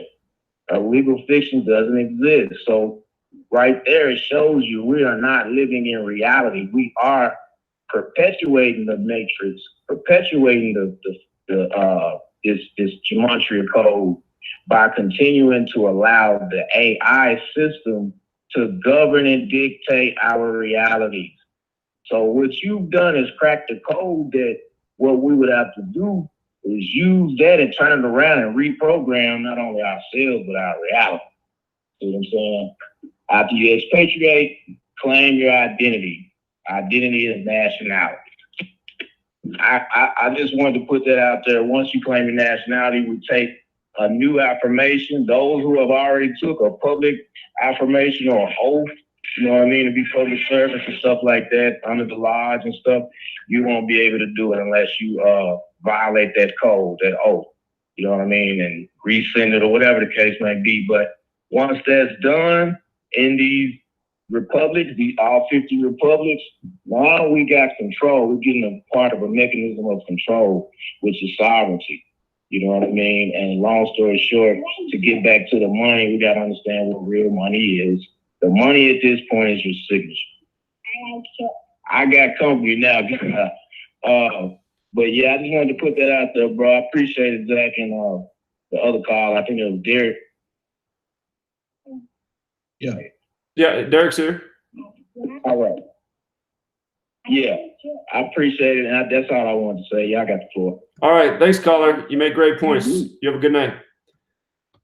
Yeah, he's right on. And this past week, I said what we need to start is a campaign that people can get around to break outside of this matrix system. And the slogan I came up with was federal abstinence. Don't get bleep, I'm sure you can figure out what the bleep is. You can't say it on TFR. But yeah, I think we all need to stop participating in this federal system. No more voting, no more federal taxes, and we have to do it in mass numbers, so there's nothing they can do about it. You know, tens of millions of people take the stand. They can't do anything about you not paying your taxes. There's not enough prison cells. There's not enough IRS agents. So, and then from there, it would have to be the next step was once you have enough people who are down for the cause, then the next thing is to get rid of this federal government. So, yeah, that's got to be the goal of this. I mean, I found that with most blue-pilled people, so to speak, you know, that's where they draw the line. When you start telling them elections are rigged and that their politicians are being placed in office. You know, the best example of this, I think, from election day is that you got two states that summed to 44, Wisconsin and Georgia. On the same day, they both elected governors with 44 Gematria, Tony Evers and Brian Kemp. And it's like, this is just how it's set up. They're just putting their agents wherever they want, wherever the numerical alignments are. And those states should remember the last time they met in the NFC Championship, the winner scored 44 points. Right. And when the teams combined for 44 points, the kicker missed a field goal or an extra point. There was 4:11 on the clock. Right. And then they showed Jimmy Carter on the screen. Right. Some people think is Kennedy, the 44th president. It's just like, it's hilarious. Yeah, yeah, it is something else. So, but it, you know, what's not funny is when you try to explain it to people and they just shrug and then they go back to the elections. Like I explained this to my mom and she's like, well, yeah, but elections are fun. Right. And I was like, oh, geez, we got so far to go, man. Yeah, we got a long ways to go. Hey, the commercial's coming up on us. We'll be right back. We're taking your calls. Thank you, everyone, for being so patient. Derek, are you going to hang around with us? Yeah, I'll stick around for one more half. Okay, we'll be right back, everybody.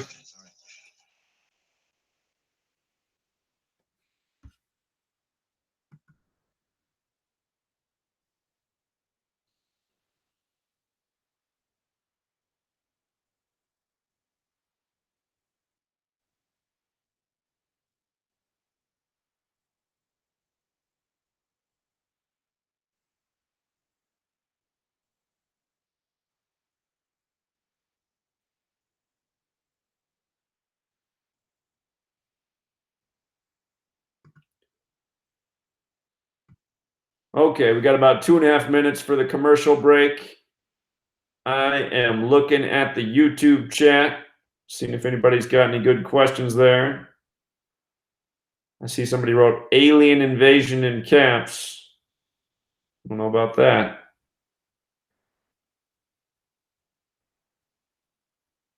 Yeah, I'll look more into this Momo thing. That was news to me. I wasn't aware of it. The book's coming, slower than I want, but it's coming. I'm trying to make it good. So I think as soon as I'm done writing this book, I want to put together just a really short book, like a how-to Gematria pamphlet with all the things really people need to have. That's already kind of in my first book that I published, but just make a nice thin pocket-sized book. Introduction to Gematria with all the essentials.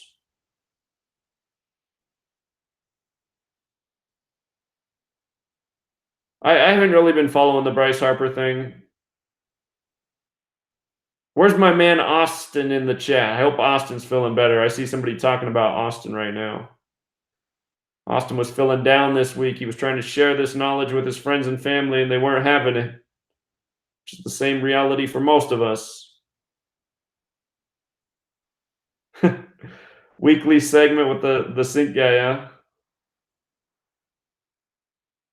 Usually the sync guy calls in and gives us a good movie recommendation. You know, I'm thinking they've compared Trump to Nixon and JFK, and neither of those guys finished their term. So I'm wondering if we see something similar there with Trump.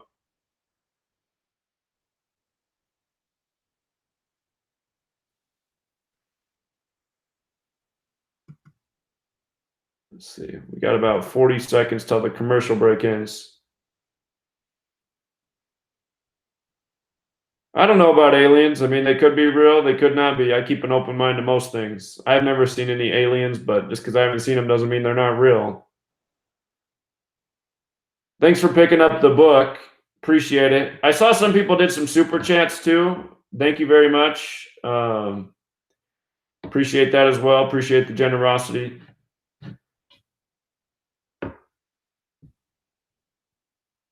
Zenith of the Alpha, check out his channel. He's got a new JFK video. He's the Massachusetts man.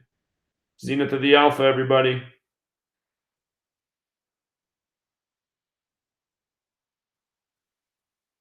Somebody sees an overlap with Bryce Harper and Philadelphia and Gematria. It's a good observation.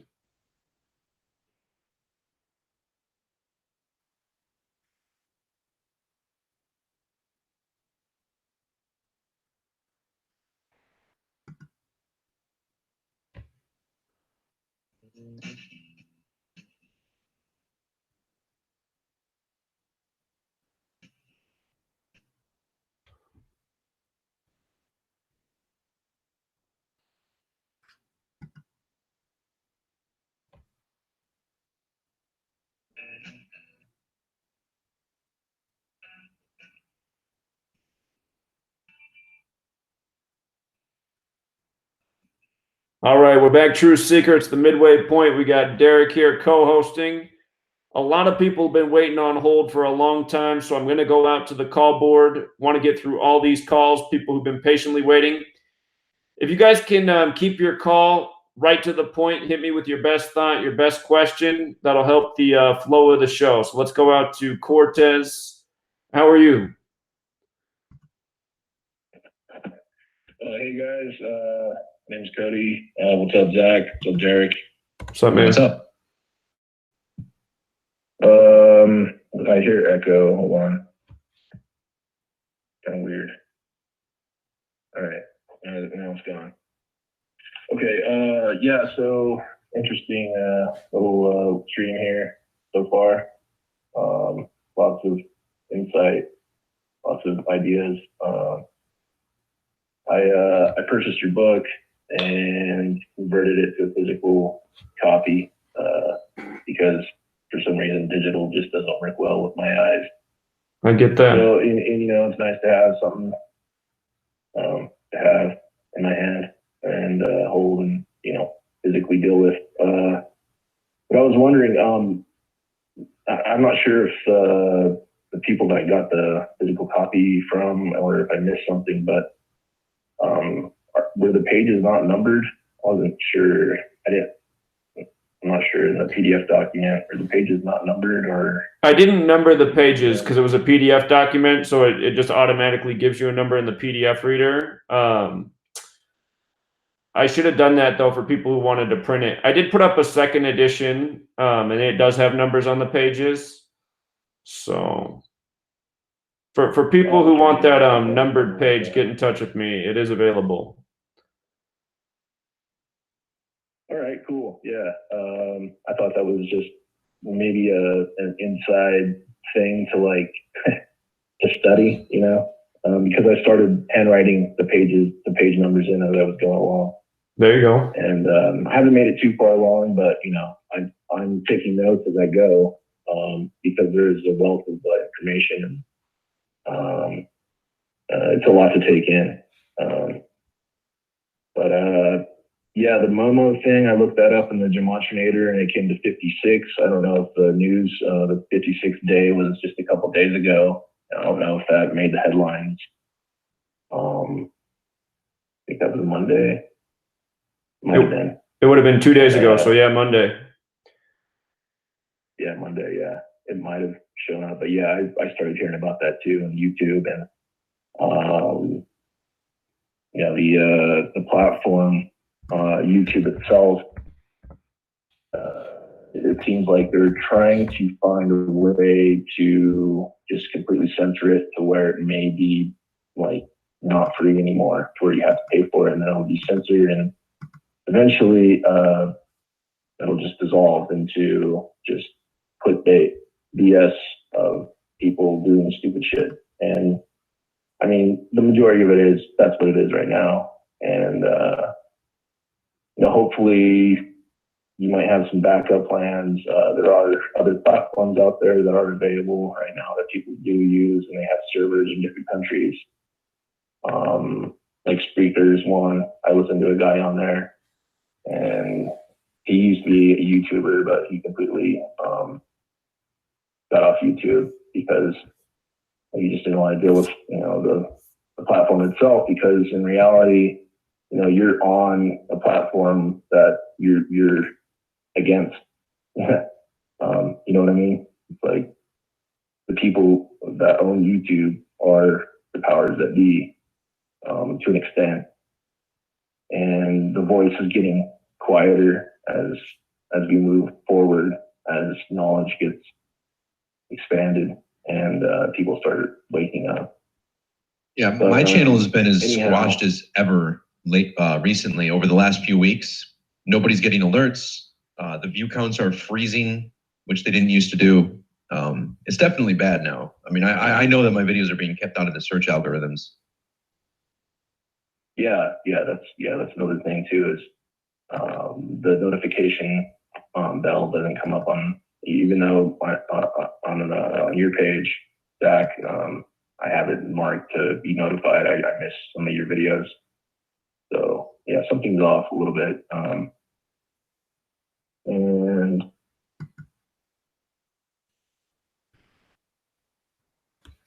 yeah, and recently, I've just been checking out your book, man, and just taking that in. I'm not too well versed in Gematria. I do use the calculator to see, you know, when the headlines come in. I look for the numbers, date that we're at, and what's going on. You know, particularly this is Black History Month, so there's a lot of headlines coinciding with that. And I've been watching your channel and just seeing the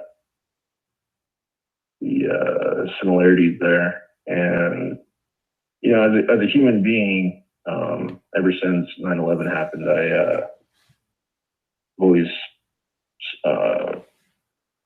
we have the fundamental right to search for truth. I mean, that's our right. You know, we all strive for truth, and ever since 9/11 happened, the walls have been dissolving, and information has been coming at me, and it's hard to go back to where I was before that day happened. And because of that, you know, I don't have many friends. I've lost friends, and family members don't really talk to me. That's fine. You know, so you got to go solo and trudge on. And you know, like when it comes to mainstream stuff, particularly like political stuff and the left and right and Republican, Democrat and all that, you know, they're fighting over stuff that just really doesn't, it just, as you said, Zach, it doesn't really matter. I mean, they're not awake. They're fighting over shit that doesn't matter. That's just a distraction for the bigger picture. And you know, when I tell people this, they don't listen, and it's just a waste of energy to awaken someone. So I just try to focus on what I know. And you know, the Gematria book is a great tool to have right now. And you know, if you know, the mistake people make is that when you try to explain to them that what they're arguing over is essentially manipulating them, they mistake you for an angry person, you know. And really, I feel bad for them. You know, I'm trying to show them how they're being manipulated, and that what they're fighting over is either pointless or inconsequential. And I guess that's what's frustrating when it comes to family and friends, because I've had the same struggles and constantly have the same struggles, but at the same time, I'm not just going to let it go. You know, I have to align myself with the kind of people who will benefit, you know, who contribute to my life. So I hear you there, and it does get frustrating. Yeah, so I quit watching TV. I used to watch TV. Good. I didn't see damage done. I haven't watched it in a while. My parents still watch it. They're hooked. They don't see anything wrong with it. You know, they're sucked in. So they're old, whatever. But yeah, you know, it's just Hollywood is, to me, it seems like it's an extra branch of government. What they're trying to push with their narrative. And every time a movie comes out, something on Netflix, I try to look at the bigger picture and see, okay, why this time of year? Why is this coming out? Why? I ask questions, and like with that latest Netflix movie that came out, that was a big thing, and there was just underlying meanings, and I have friends that I try to explain this to, and they say, why don't you just watch the movie? It's just a movie. Why do you? And I try to explain it to them, about the narrative, and they just think I'm completely off the rocker. But as I said, I can go back to that normal, just linear thinking now. Right, which is what that whole movie's about. I mean, that's the whole scene where the one guy, he wants to go back. He wants to go back and enjoy the steak, even though he knows it's all fake. And yeah, what you're saying is the way all of us feel, man. I mean, almost all of us have the same reality. We decided to pursue the truth, so now we don't have our friends. Our friends and our family, they say we're crazy. We live in a world that's backwards. It's like we're not crazy. It's just that we're not blind and we care about the truth. They don't want to see the truth. They want to live in ignorance and call anyone who pursues the truth crazy. And almost all of us are dealing with that. There's a young man in the chat room named Austin. The other night, he posted a comment that he was ready to kill himself because his family and friends are making fun of him, and he's just trying to share him this research. And he's a young person, and his skin's gonna grow thicker, and but it's just, yeah, it's so sad that so many of us are in the same situation. That's why for years I've been saying what we have to do is figure out a way to create a real community so we feel less alone and more connected. And I raised money and attempted to build a social media platform for truth seekers that was called All for Truth. And unfortunately, I trusted the wrong people to do that, and they ended up sabotaging the project and then trying to make me look bad. But it still needs to be accomplished. And even more important than a social media place, again, the future that I see of this is if we can put our resources together and buy up a massive lot of land and make that land have housing there, agriculture, our own source of energy, solar, geothermal, wind, whatever we got to do.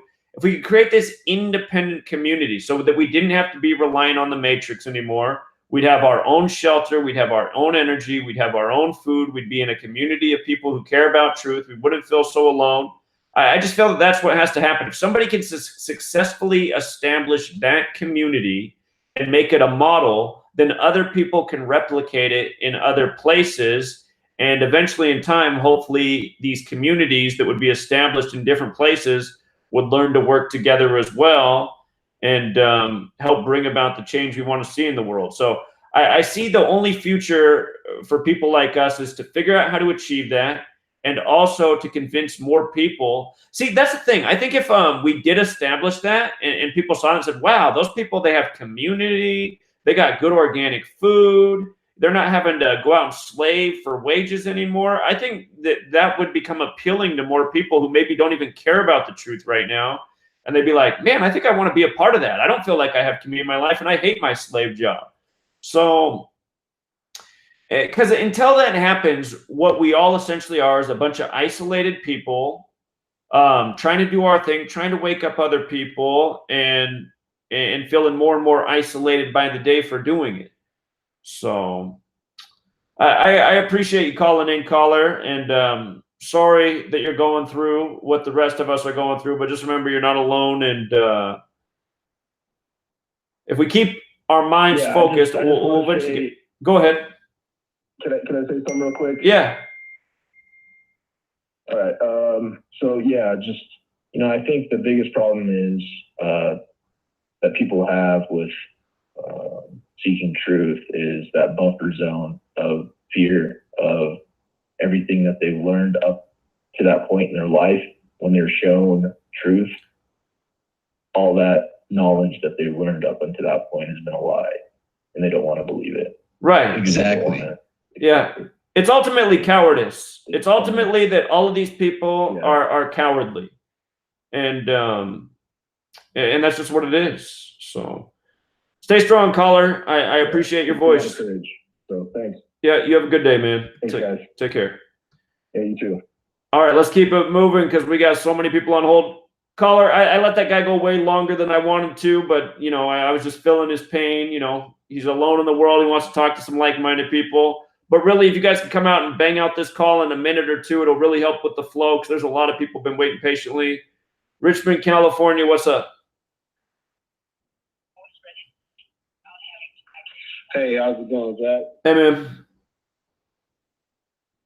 Hey, I just wanted to touch down briefly on the Spike Lee thing. I just wanted to say that I'm not sure if you know, but Spike Lee started his career in film back in 1977 after the death of his mother. His mother died in 1977, and his friends at Morehouse used to take him to movies to cheer him up. And that's how he got into directing film. And I believe that the reason why he got his award is because that was 1977 was 42 years ago. That's a great observation.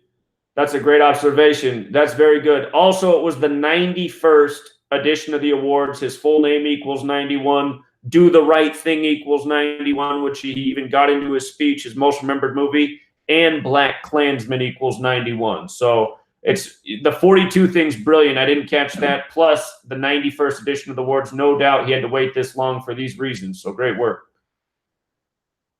Yeah, also with the Justice Smollett story, Spike Lee was one of the in the movie Do the Right Thing or for the video Fight the Power with Public Enemy. Chuck D and them. There was a woman who was in the front, and she was part of this something that had happened. It was this race baiting story, something that happened, and it ended up turning out to be a false story, much like the Justice Smollett. Tawana Brawley, right?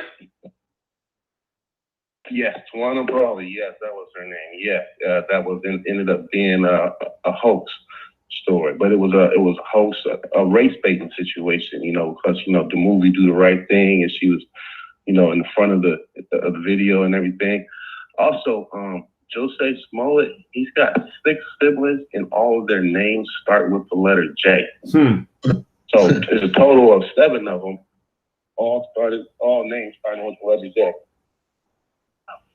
That's interesting. Yeah, and they was all on they were all on the ABC TV show called On Our Own back a long time ago, which is funny because I was thinking, like, why would ABC give Joseph Smollett and all his siblings a TV show? And the older brother, his last name was Harris. Ralph's oldest brother's name was Ralph Harris, and he dressed up in drag. He had to play the auntie also on the show. Huh. Which I thought was interesting. Yeah, I just wanted to throw that in real quick because I'm in class right now. All right. Yeah. All right, man. We'll get back to class. I appreciate your call. Great observation. Thank you so much. All right. Yep. All right. Take care. All right. Let's go out to Phoenix, Arizona. What's up, Phoenix?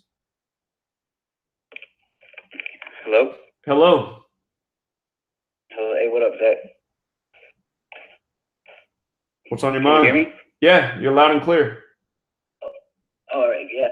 Hey, I just wanted to say thanks, man, just for all the work you're doing, and Derek, because, man, this right here, this is a life changer for me, because it just, I've been going on one of those spiritual awakenings, and this right here just connected a lot of dots, and so there's just times where I just see certain words that stick out. I just like to have fun with it and just, go to the calculator and see, like, one thing I did earlier was like blacks only. I was watching this one documentary, and I like to use I like to open up all the ciphers, and that one right there, if you got the computer in front of you, it has a couple of things that kind of like 33, 42, 42. There's a couple of things that stuck out on that, but I was wanting to do is like start like getting this out, but I'm not that good yet. Like you're like, well, you obviously were a teacher, and is like you got that skill. And so the thing is like what I was wanting to do is like with your permission, like get pieces from your like say like 9/11 or something like that, because a lot of people get those, you know, get a lot of views. So kind of throw that out there and then put, you know, without like putting Gematria in the title, and just talk about one of these conspiracy theories or whatnot, and then start throwing that out there and, you know, give you credit for it, and just start, I'm just trying to just start like doing my own videos too. And I just wanted to, I had a question with, I have your book, but is there anything about Dale Earnhardt? Like that's in the book. His death's in the book in the chapter on murder by numbers. If you do a search for his name in the PDF, that's the nice thing about it being an electronic book is you can search for keywords. His name will come up. And yes, the answer to your question is you can share any of my work. You don't have to give me any credit either. You can share the whole video. You can share a part of it. So it's all shareable. All right, cool. Yeah, cause my dad, he's like how your dad, like he's one of those coincidence theories. Like he sees everything. He's just like, oh man. But like with Dale Earnhardt, in one of your videos, it was funny because like I had him like kind of hear it, because like he went out and got one. He still has that damn sticker up on the back of his truck.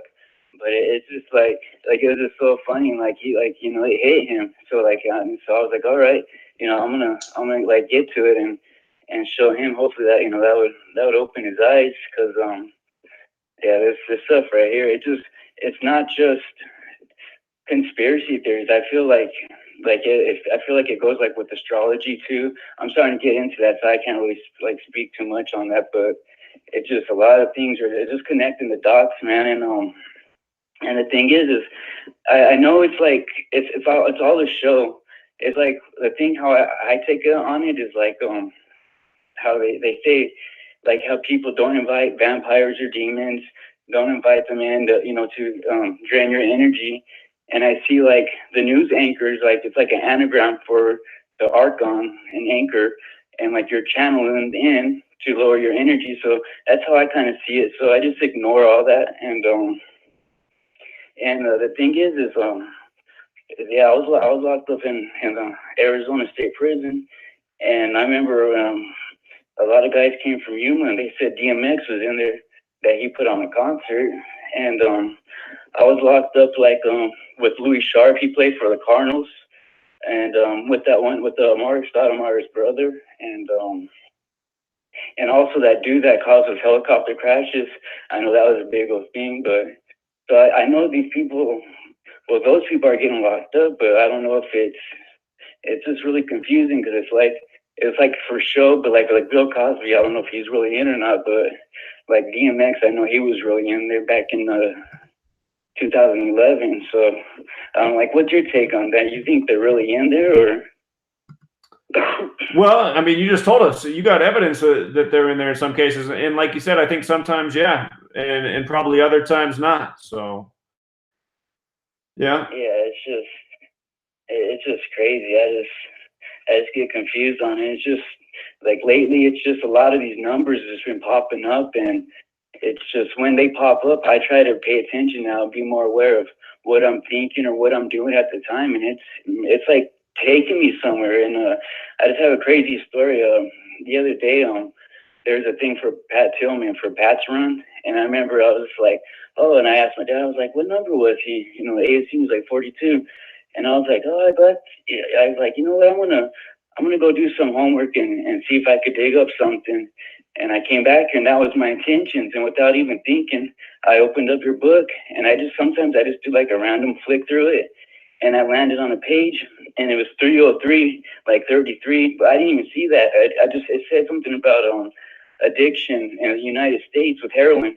So I was like, oh, that looks interesting. I just started reading, and when I got to the bottom of it, it started talking about Pat Tillman. I was like, oh shit, like, sorry, I was just like, this is crazy. Like it's just, when you think something and you really go do it, it happens. Right. So I just wanted to throw that out there, man. I've been having a lot of those. That's a good way of putting it, that you said, like, you feel like it's taking you somewhere, right? And there's so few things in our life that do that, where, you know, we go to the same job, we go to the same class every day, but when you start looking at numbers, you feel like you start learning and growing through them somehow. So I'm glad you brought that up.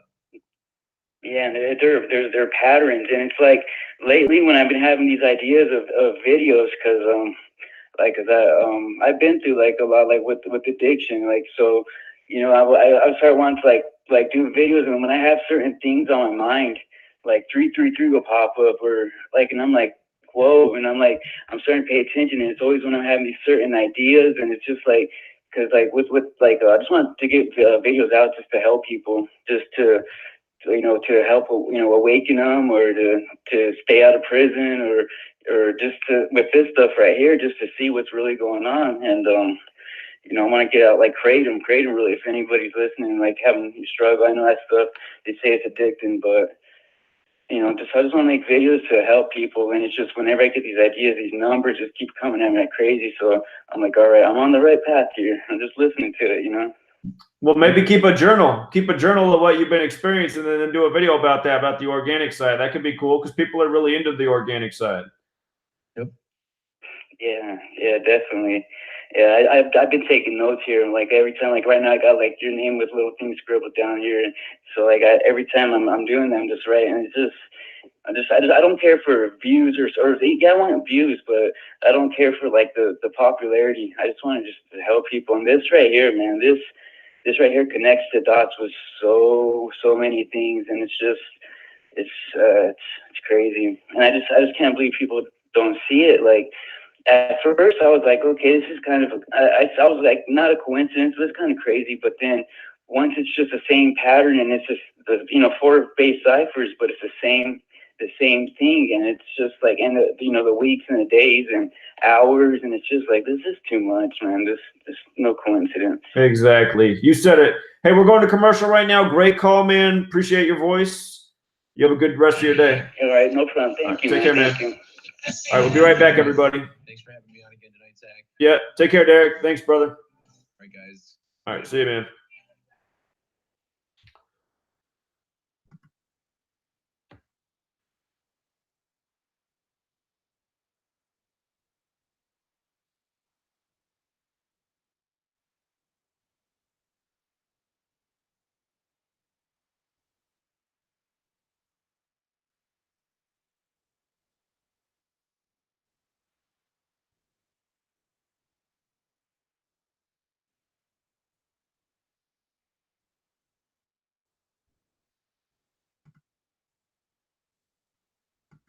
Okay, so we're on the commercial break. I'm interacting with the chat. Somebody said, does the chat stay with the video after it's over? Yeah, it does.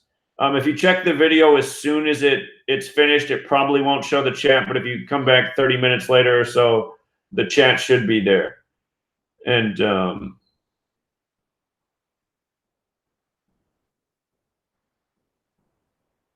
I see another big talker in the chat, Youssef Ahmed. He was telling everybody I was wrong about the Patriots. I haven't seen any apologies. So be careful about Youssef. He's the master of being on the wrong side of things.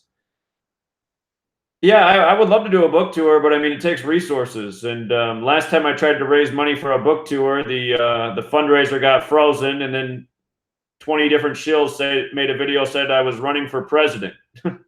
And somehow everywhere I go now, people will post, Zach, he wants to run for president. It's like, how dumb are these people? Even the troll videos that said I was running for president, they're showing the thing that clearly says fundraiser for book tour. So just a reminder of how dumb most people are.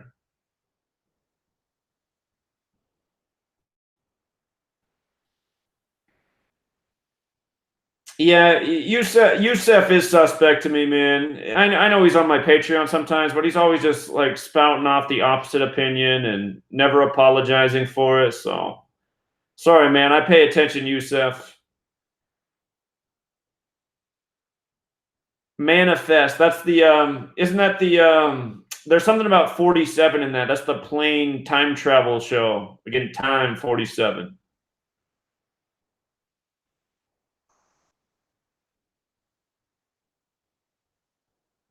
No, I don't. I'm not going to go back and read all the comments in here. I already don't have enough time in a day. There's no way I'm going to go back and rewatch this to see everyone's comments. Let's see.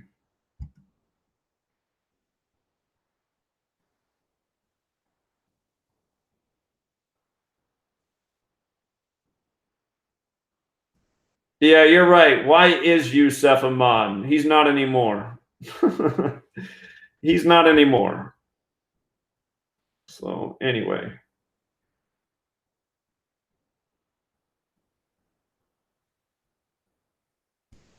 All right, we're coming back from commercial right now.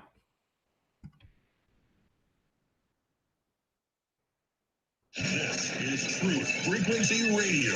The wicked one, obviously under heavy Masonic influence.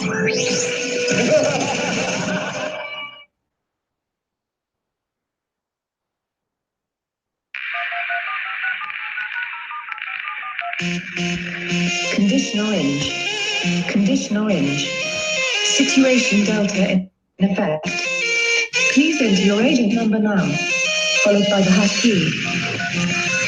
We have to create culture. Don't watch TV. Don't read magazines. Don't even listen to NPR. Time comes when silence is betrayal. More for themselves and less for everybody else. But I'll tell you what they don't want. They don't want a population of citizens capable of critical thinking. They don't want well-informed, well-educated people capable of critical thinking. They're not interested in that. That doesn't help them. Think for yourself. Question authority.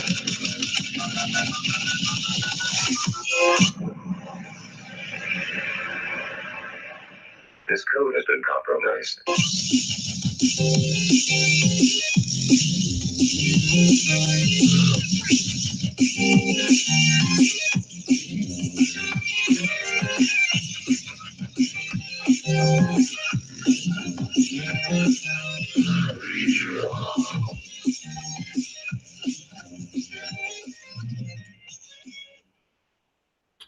All right, there's a ton of people on hold. I don't even know why I say it. I always just say, can you guys keep your call to a minute? And then people just keep talking. And I'm not mean enough to cut people off, but there's literally like 30 people on hold. The only way we're going to get through them in the next hour is if you guys can keep your calls to a minute or two. We got Zenith of the Alpha up. What's up, Zenith? Hey, Zach, I'll go through this one quick. So I want to talk about a television show called Manifest. Can you hear me now? Yeah, perfect. Okay, great.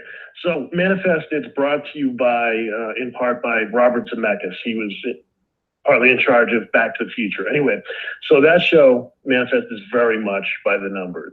Those of you listening to me here who plan to watch Manifest, please, if you care about spoilers, turn down your radio for a minute or two. So Manifest reminds me a lot of the Malaysian airplane that went missing.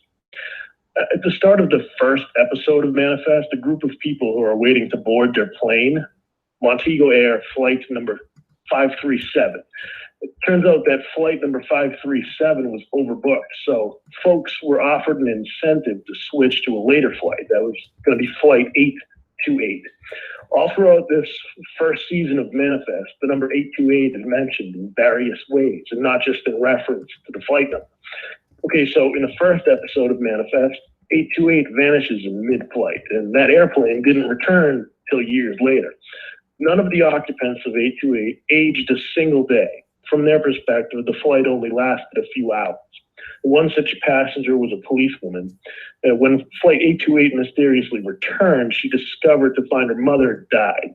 The last words her mother spoke were a reference to a Bible verse, Romans 8:28, and her mother said it was her favorite Bible verse. Later in the episode, the policewoman experiences a bit of extra sensory perception, and that ESP helped her solve a kidnapping. The captives were found at a junkyard with the address number 828 as the number of its address. The policewoman's brother was also a passenger on flight 828. He's a mathematician, and in the series finale that just aired, he predicted, here's a spoiler here, he predicted that all the passengers of flight 828 would die on the same day. So listen to how he came to this conclusion, okay? There's this other character, James Griffin, who was becoming a threat to the main characters. Griffin was not a passenger on the airplane, but he did develop some kind of ESP similar to them, just like the folks on 828. So just check this out. James Griffin, for all intents and purposes, died. The final episode revealed that Griffin was underwater for 82 hours, 8 minutes. Obviously, he should have been dead, but Griffin was pulled out of the water and revived. But then, 82 hours and 8 minutes later, he died. So the policewoman's mathematician brother basically said that the amount of time Griffin was dead in the water matched exactly with the amount of time he was alive again. This was like watching a Gematria effect decode. So there's a clip of that scene online. So you can do a YouTube search for "The Stone family is dealt a devastating blow." Anyway, the mathematician goes on to predict his expiration date based on the James Griffin plotline. He did this by calculating how long Flight 828 was missing. In the show, he used a day count, but what I figured out was that the exact number of weeks is possibly more significant. Flight 828 was missing for exactly 291 weeks. And get this, using English ordinal gematria, the words Flight 828, you got to spell out the words, not the digits. Flight 828 equals 291. Again, they were missing 291 weeks. Now, type Flight 828, right, 291. One last thing here. Flight 828 minus the 291 weeks they were missing equals 537. And the show Manifest is about the occupants of Montego Air flight number 828 who were supposed to be on flight number 537 and essentially traveled 291 weeks into the future. And using reverse ordinal gematria, the words Montego Air flight number 828 equals 537. Also, James Griffin equals 537 satanic. And recall how the James Griffin plotline connected to 828. This final thing here, the fictional story of Flight 828 reminds me of the missing Malaysian airplane. If you capitalize the A and the M, you spell out the words, the numbers as words. Check this out, capital A and M. Malaysia Airlines Flight 370 equals 828. Bonus. Crazy. Yeah, awesome work, man. That's a show to check out. All right, take it easy, Zach. All right, appreciate it. Zenith of the Alpha, everybody, check out his channel. The one thing that I'd noticed about the Manifest TV show is it begins on April 7th, 2013. That's when the flight takes off that disappears. April 7th, 47, time equals 47. April 7th, 2013 was a date with 44 numerology. Time travel has Gematria 44. What the show's about. Again, that what is 47, and from the news to the sitcoms to the movies, you'll find the encoding everywhere. It's because the people who control the entertainment world, they're a bunch of Kabbalists. This whole code comes from Kabbalah. Let's go out to Tennessee. Hey, what's up, Zach? Hey, what's up, man? I just want to mainly talk about Erdogan. Hey, Derek, you still there? Derek had to sign off. Oh, okay. Well, some interesting things about Erdogan. You know, he's the president of Turkey. Right. He and Angela Merkel are born 141 days apart. And, you know, 811 is a big thing. 811 is the 141st prime number.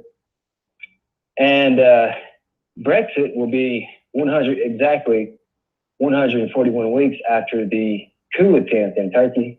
I believe it's back in 2016. And they had that Turkish player, I'm not sure how to say his name, Enes Kanter. He was traded to the Portland Trailblazers. The NBA player, right. And he was born, he was born on the 141st day of the year. And he was traded on February 13th, 13 days before Erdogan's birthday, which was yesterday, 2/26. Portland Trailblazers comes to 2/26 and Francis Bacon. And another thing connecting this to the Golden Gate, if you look at the name of the Golden Gate Bridge, of course, it gets its name from the Golden Gate Strait, but the Golden Gate Strait got its name from the Golden Horn, which is in Istanbul, Turkey. So very interesting. Yeah, that's it.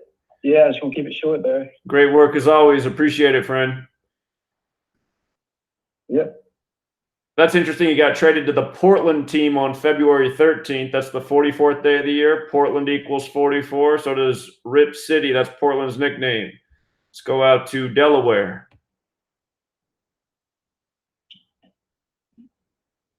What's up, Zach? What's up, man? Not too much. Yeah, I'll try and keep my conversation short since you got a lot of people on hold. But I just want to talk about the history of black faces and like how it's profound and where it came from. So basically, black faces was a thing that came about in the 19th century, and it originated in the white man's characterization of plantation slaves and free black slaves during the era of minstrel shows. The caricatures took such a firm hold on American imagination that audiences expected any person with dark skin, no matter what their background, to conform to one or more stereotypes. And some of them were Jim Crow, Zip Coon, Mammy, Uncle Tom, Buck, and Mulatto. Mulatto being like having a mother or father who's white or black. Yeah, like the mother is white or black and the dad's black or white. And some of the interesting phrases I found with that is the black racist stereotype, the black racist stereotypes with mulatto equals 42, N-word equals 42, bus 42, boy 42. Minstrel shows equals 59. That's where predominantly the black faces were taking place at. And you know, this whole entire thing with black faces is pretty much racial stigmas. Stigmas comes to 47, like the word coon equals 47. And one of the first black men who was known for performing a blackface in an all-white audience, and the same man who invented tap dancing, his name was William Henry Lane, aka Master Juba. And about Green Books. So Green Books was an actual real thing, invented for black people. The man that invented Green Books, his name was Victor Hugo Green. He was an African-American U.S. postal employee from Harlem, New York. And the Green Book was basically about places that African-Americans weren't allowed to go during the 19th century. For example, between 1949 and 1959, there were 47 states that had expanded this rule. The Green Book listed places like hotels, motels, restaurants, and certain areas at nighttime that blacks weren't allowed to go. For an example, they had a thing called sundown, which meant that, at sundown, blacks weren't allowed to be in that part of town. So I found that really interesting because one of my friends told me about the movie, and I had never heard of it, and I saw that it won an award, and I was doing some information on it, and I saw that, and I thought, I thought that was pretty interesting because in school, they don't teach you about that kind of stuff. Yeah, they think about Jim Crow, but they don't go into details about other things besides that. So I find it pretty interesting. Yeah, you did great work. Those are some great observations, and to add to the 42 and 59 list. Yeah, the mulatto and minstrel show thing. Excellent work, friend. You keep it up. Thank you. All right, man. You have a good night. You too, man. Yeah, he does great work every week. He calls in, dedicated, always got some new research, great new finds.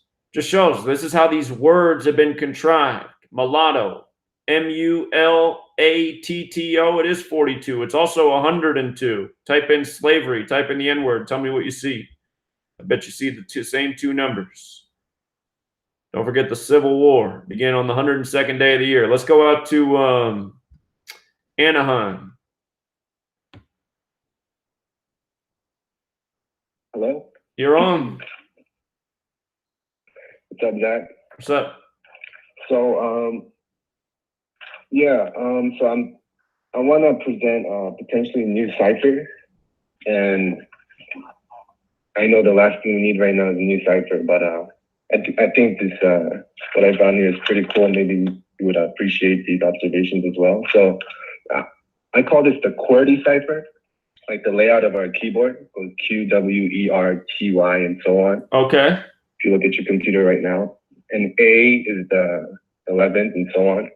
I'm not in front of my computer right now, but you guys can see it. Most of our computers, just about all of our computers. So we're just counting. We're starting with Q is 1, W is 2, E is 3, R is 4. We're just using the keyboard, right?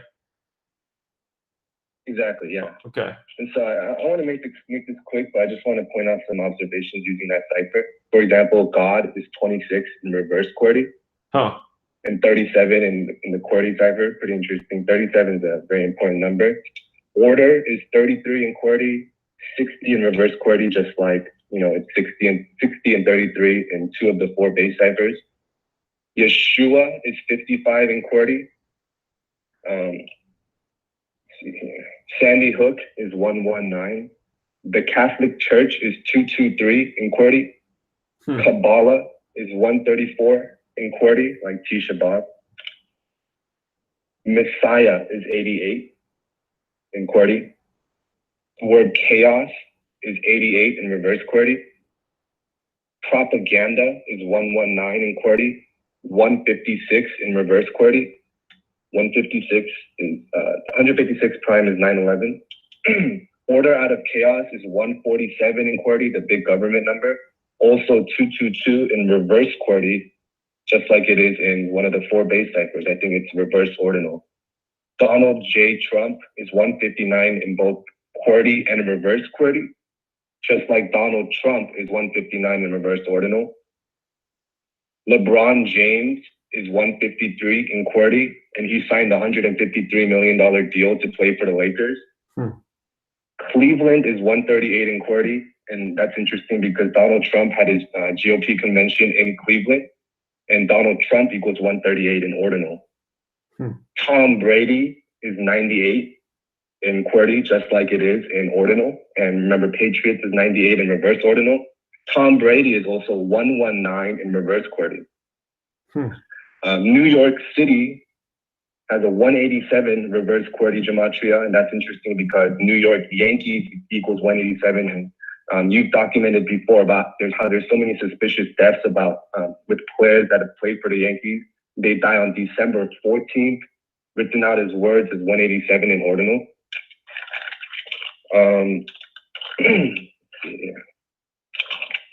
Just want to make some connections to things that people are already familiar with, especially following your work. So for example, the August 11th date that's coming up, the term Golden Gate has a 118 gematria value in QWERTY and 147 in reverse QWERTY. Gate of Mercy equals 118 in ordinal, right? We talked about that. It's also 118 in QWERTY. Sha'ar Har Tamim, that the Hebrew way you say Golden Gate, it equals 205 in QWERTY, and I'm just documenting that because this is a number that's been showing up over and over again, especially with Philadelphia being involved in this riddle. Philadelphia equals 205 in Jewish. Jesus Christ is 118 in QWERTY, which is very interesting in light of this whole riddle. And it's also 146 in reverse QWERTY, just like it is in reverse ordinal, like John 14:6. It's been an established number with Jesus Christ. Key of David is 118 in QWERTY. Rockefeller is 118 in QWERTY. Rothschild is 118 in reverse QWERTY. London Breed 147 and 163 in reverse. Babylon is 118 and 110 in reverse QWERTY. I'm going to get to the 110s right now. Tisha B'Av is 110 in QWERTY. Tisha B'Av. So is Revelation. Okay, and so is New World Order in QWERTY. If you use the reverse, Red Heifer is 110 in reverse QWERTY.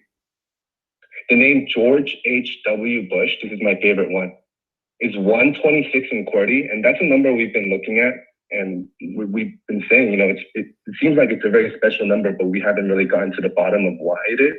Well, George H.W. Bush, of course, has the 1/2/6 birthday, born on June 12th. Right. And in reverse, Cordy, George H.W. Bush is 156, right? The 156th prime is 9/11. His son, George W. Bush, right? George W. Bush is 110 in Cordy, right? 110, huge number to 9/11. 144 in reverse, his name, George W. Bush, 144, another huge number to 9/11, the time number, right? Barack Hussein Obama is 254 in Cordy. 9/11 was on the 254th day of the year, and his name is meant to mock us all, having a lot to do with Saddam Hussein and Osama bin Laden. So yeah, I'll just leave it there. There's a few more. Here's one last one. So 133 is the big government number in our 4-base ciphers, right? White House is 133, President 133, Government 133, rigged election 133. In this QWERTY cipher, Republican is 133, and if you reverse it, Democrat is also 133. So yeah, I'll just leave it there. Keep the line moving, but I just wanted to share that. All right. Well, that is very interesting. Yeah, that very well might be a real cipher. Those were a lot of amazing alignments. I appreciate it, caller. Keep up the great work. All right. Thank you. All right. Take care, man. That's our Berkeley graduate. Bright guy. Let's go out to New York City. New York? New York? I hear you. Yeah, hello? Yeah, you're on. Yeah, Zach, what's up, everybody? This is me, Mervin, first time caller. Great work on decoding a lot of things, Zach. And to the public, I would like to say, believe in yourself. Fear is a big control, and it will hinder your skills and your abilities. If you could surpass your fears, you can do anything. The power is within you. You got to know that you are also the gods as well. You have the power to create and destroy. And when you unite as one, anything is possible and all things are possible. So with that, good night to everybody. And thank you, Zach. Continue the great work. And yeah, great work, man. Continue. Appreciate it. Great message. You have a good evening. Yeah, he's right. You know, fear, you got to get over it. It'll hold you back from what you want to achieve. Let's go out to Minnesota.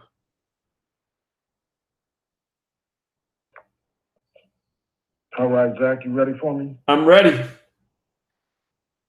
All right, this is the timekeeper, or Starface.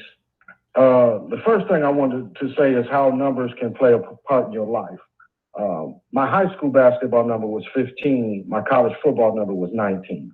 My grandmother was born in 1915. My grandmother also bought me my first football and my first basketball. And so you see how these numbers played a part in my life. And the second part is that I'm gonna say, because I'm gonna go quick and let other people, is we had the first trader to the American Indian people. It's because that Bernie Sanders had that Bernie Sanders had that ADOS question stacked. It was supposed to come up. And it's what it's basically trying to tell people is people want their history to go back to the Civil War. You know, you don't want your history to go back to Massachusetts and Virginia, and that's where most of the American Indians came from. They were slaved out from North Carolina, Virginia, Massachusetts, Virginia, you know. And so when you hear this ADOS, that's all it's telling you is you disconnect from the land, only be slaves. The Django is your only history. Nothing existed before that. But it's always good work. I wanted to say what was up to D, you know, but he got off. So good work as always. Thank you. Oh, one thing I want to say is if you think our work doesn't matter, look at what they did to Kraft. Because during the All-Star game, Kraft was wearing that gay choker, and I came out on my channel and was talking about it. That, you know, the ritual he had Meek Mills do, you know, he liked people like he liked Quincy Jones. He bends over for people. That's why Meek Mills is around. And that choker was a giveaway. So when all that kind of talk comes, what do? They want to linking to men, you know, to women.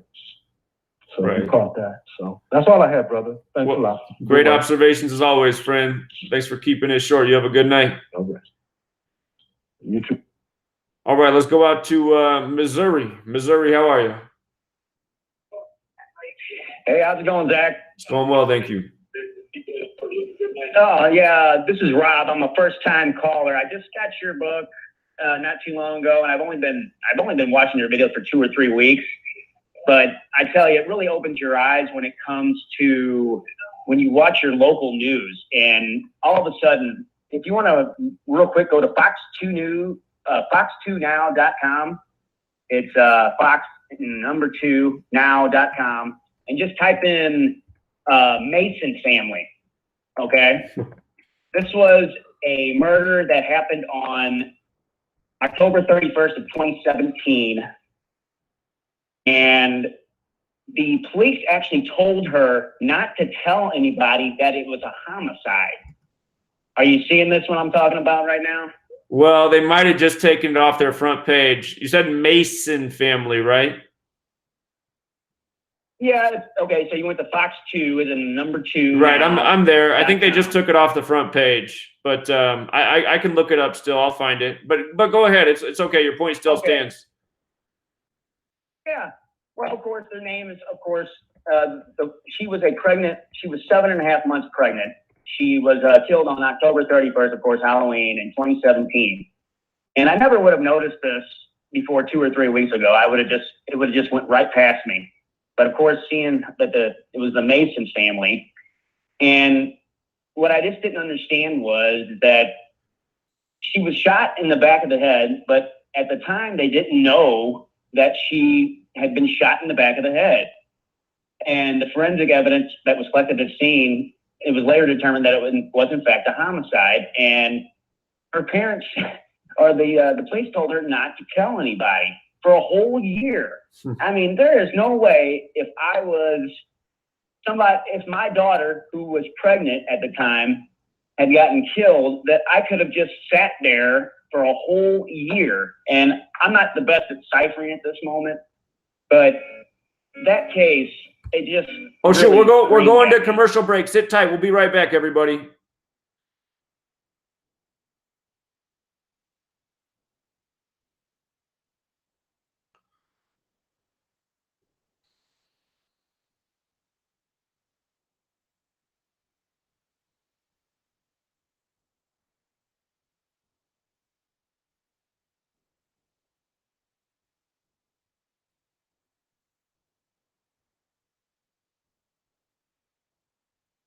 All right.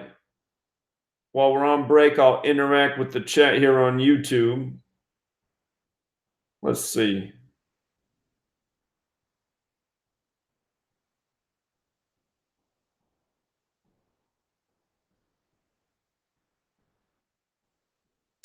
Going over the chat, seeing if there's any good questions here.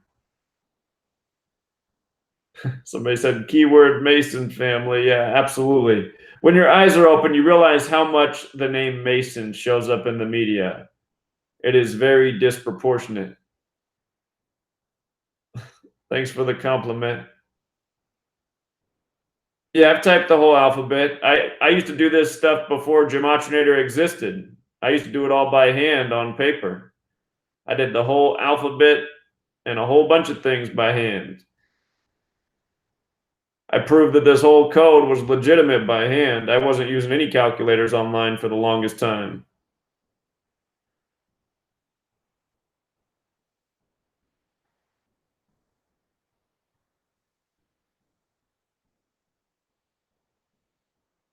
About the QWERTY cipher, something that I learned a long time ago is that if you take the spine of the keyboard, the middle row, A, S, D, F, G, H, J, K, L, if you add up that row using the most Pierce cipher, the alphabetic order with the rules of numerology, it sums to 33.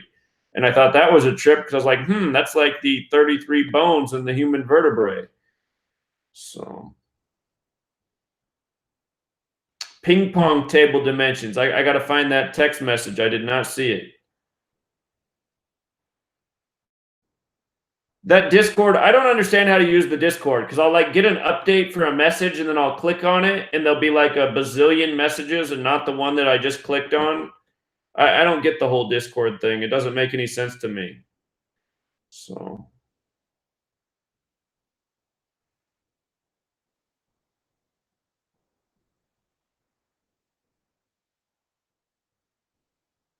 Greek fire, that's something I got to look up.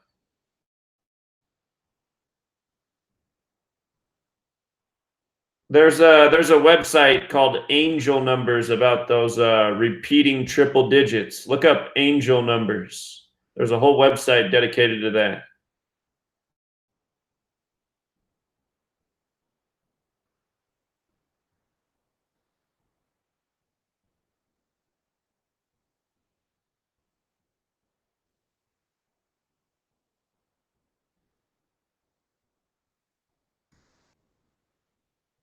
All right, we're coming back from the commercial here.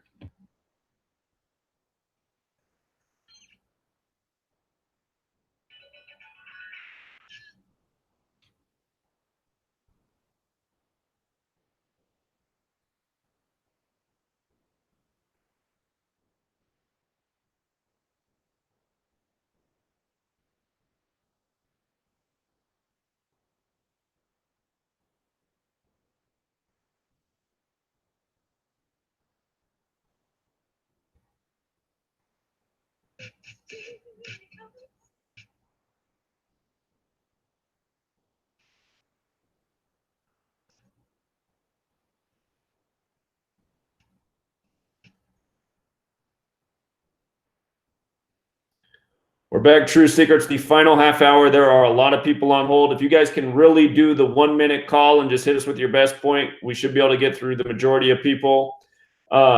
Just in light of the commercial break, coming back with Prince Kiss, that song, want to remind that this week we got the story about the woman suing Trump for kissing her. That story came on the 56th day of the year. Henry Kissinger was the 56th Secretary of State.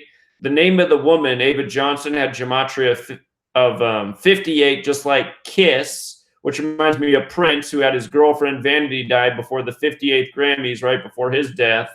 And Prince's album Purple Rain also equals 58. Again, he had that song, I Would Die For You. He spelled it with the number 4, the letter U, used the 21st letter. He died on 4/21. But let's go back out to Missouri. Missouri, if you can finish your thought that we got interrupted, that would be great. Zach, I just never would have noticed it, I guess, if I wouldn't. I mean, I've only been watching your videos and I just got your book, so I never would have noticed something like that before. So I want to thank you for sure. And I don't know how you feel about this, but I don't know if I could have held my tongue for a whole year if my daughter and my granddaughter had been murdered and been shot in the back of the head. Right. And for them to say that they didn't know, I just can't believe it. So I just want to thank you, and I'll keep on listening. I'm here in St. Louis, so if you ever can, St. Louis Cardinals, they have just a wild history. I'm telling you, from 2006 and 2011 World Series, they do just have a lot of death around them, and now it all makes sense to me. And I'll tell you this much: I won't be watching many Cardinals games anymore because I didn't really. I guess I've always had this inclination that it was a little bit that there was something going on, but now I know there's something going on. So I appreciate it. So have a good night. Thank you. All right, you take care, friend. Appreciate the call. And with regards to St. Louis and baseball, it's the upcoming 115th World Series, and only one city sums to 115 in the MLB in Gematria. It happens to be St. Louis. So I'm interested to see what kind of season they have this year. It doesn't mean they'll go to the World Series, but I do expect some interesting things out of their storyline at the very least. Let's go out to Fontana, California.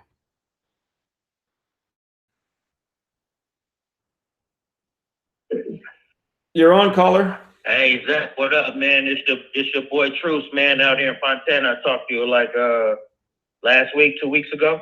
Right. Well, thanks for calling back. Okay. Is that the Derek that created the Gematria.com for you? Yep, that is.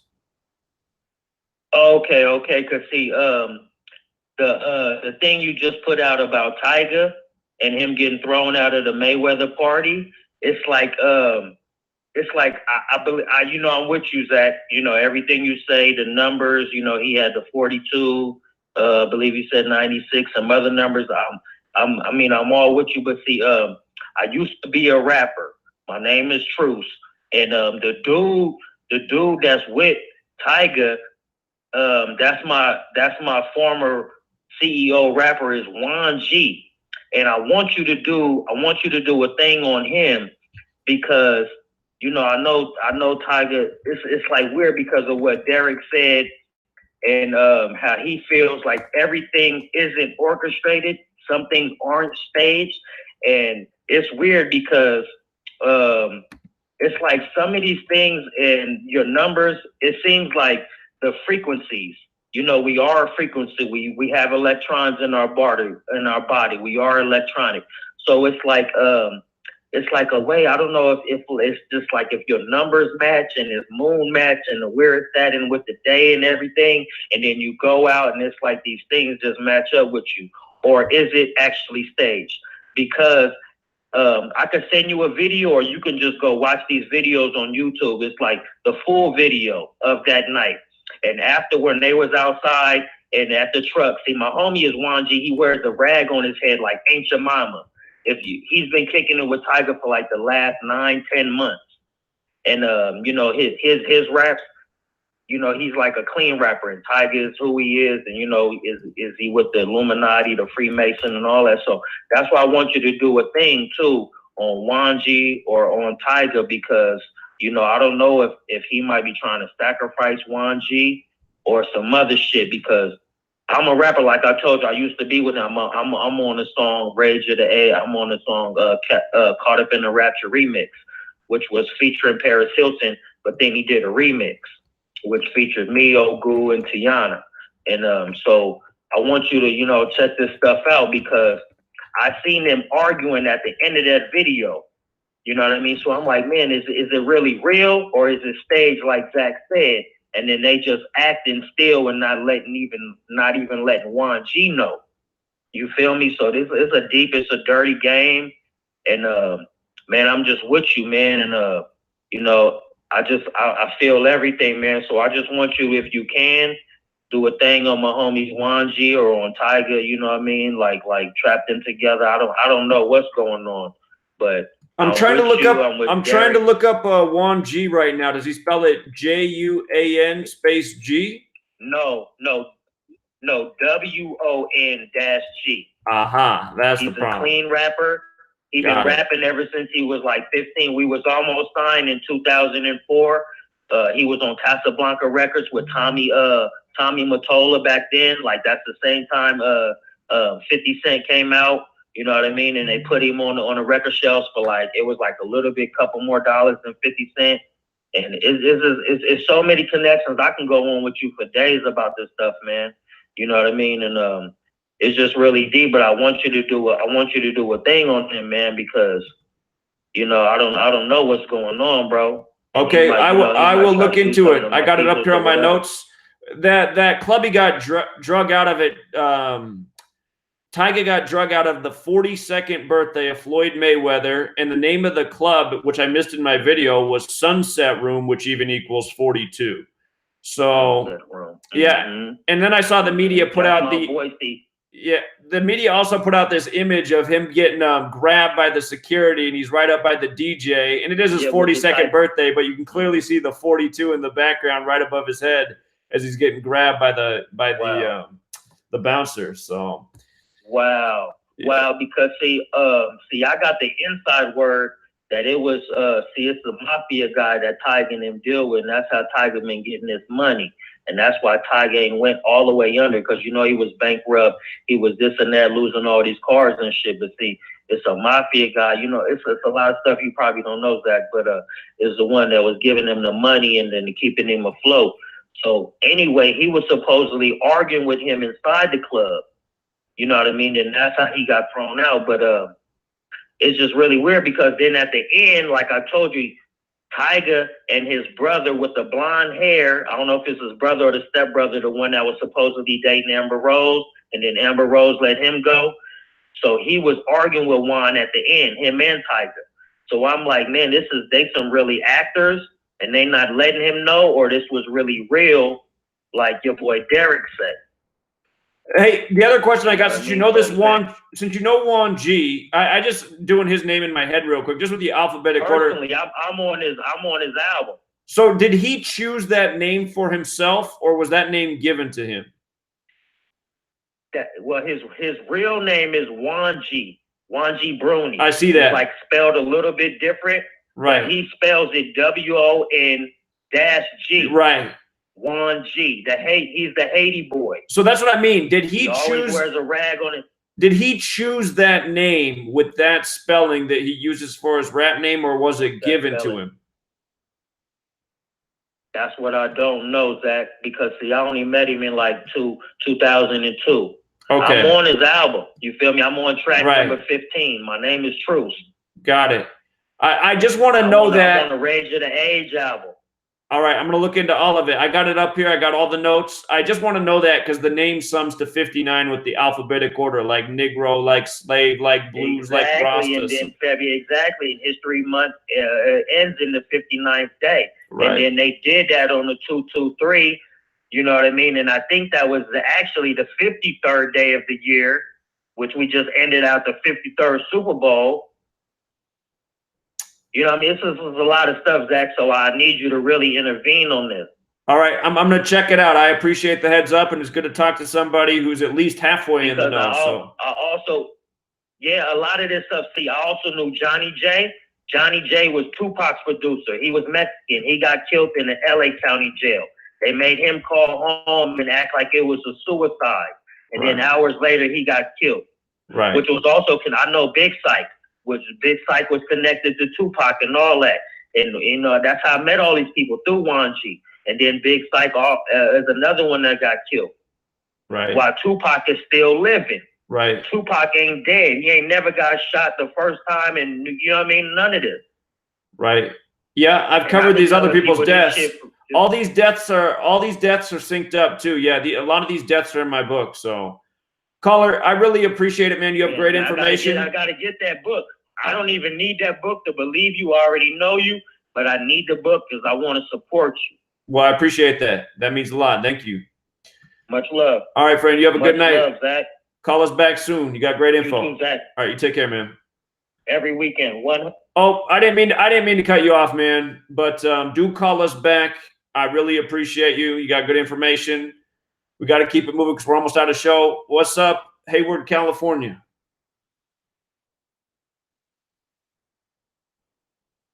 Hayward, California? Maybe you're just listening. Let's go out to Baltimore. What's up, Baltimore? Just listening? All right. Thank you. All right, let's go out to New Jersey.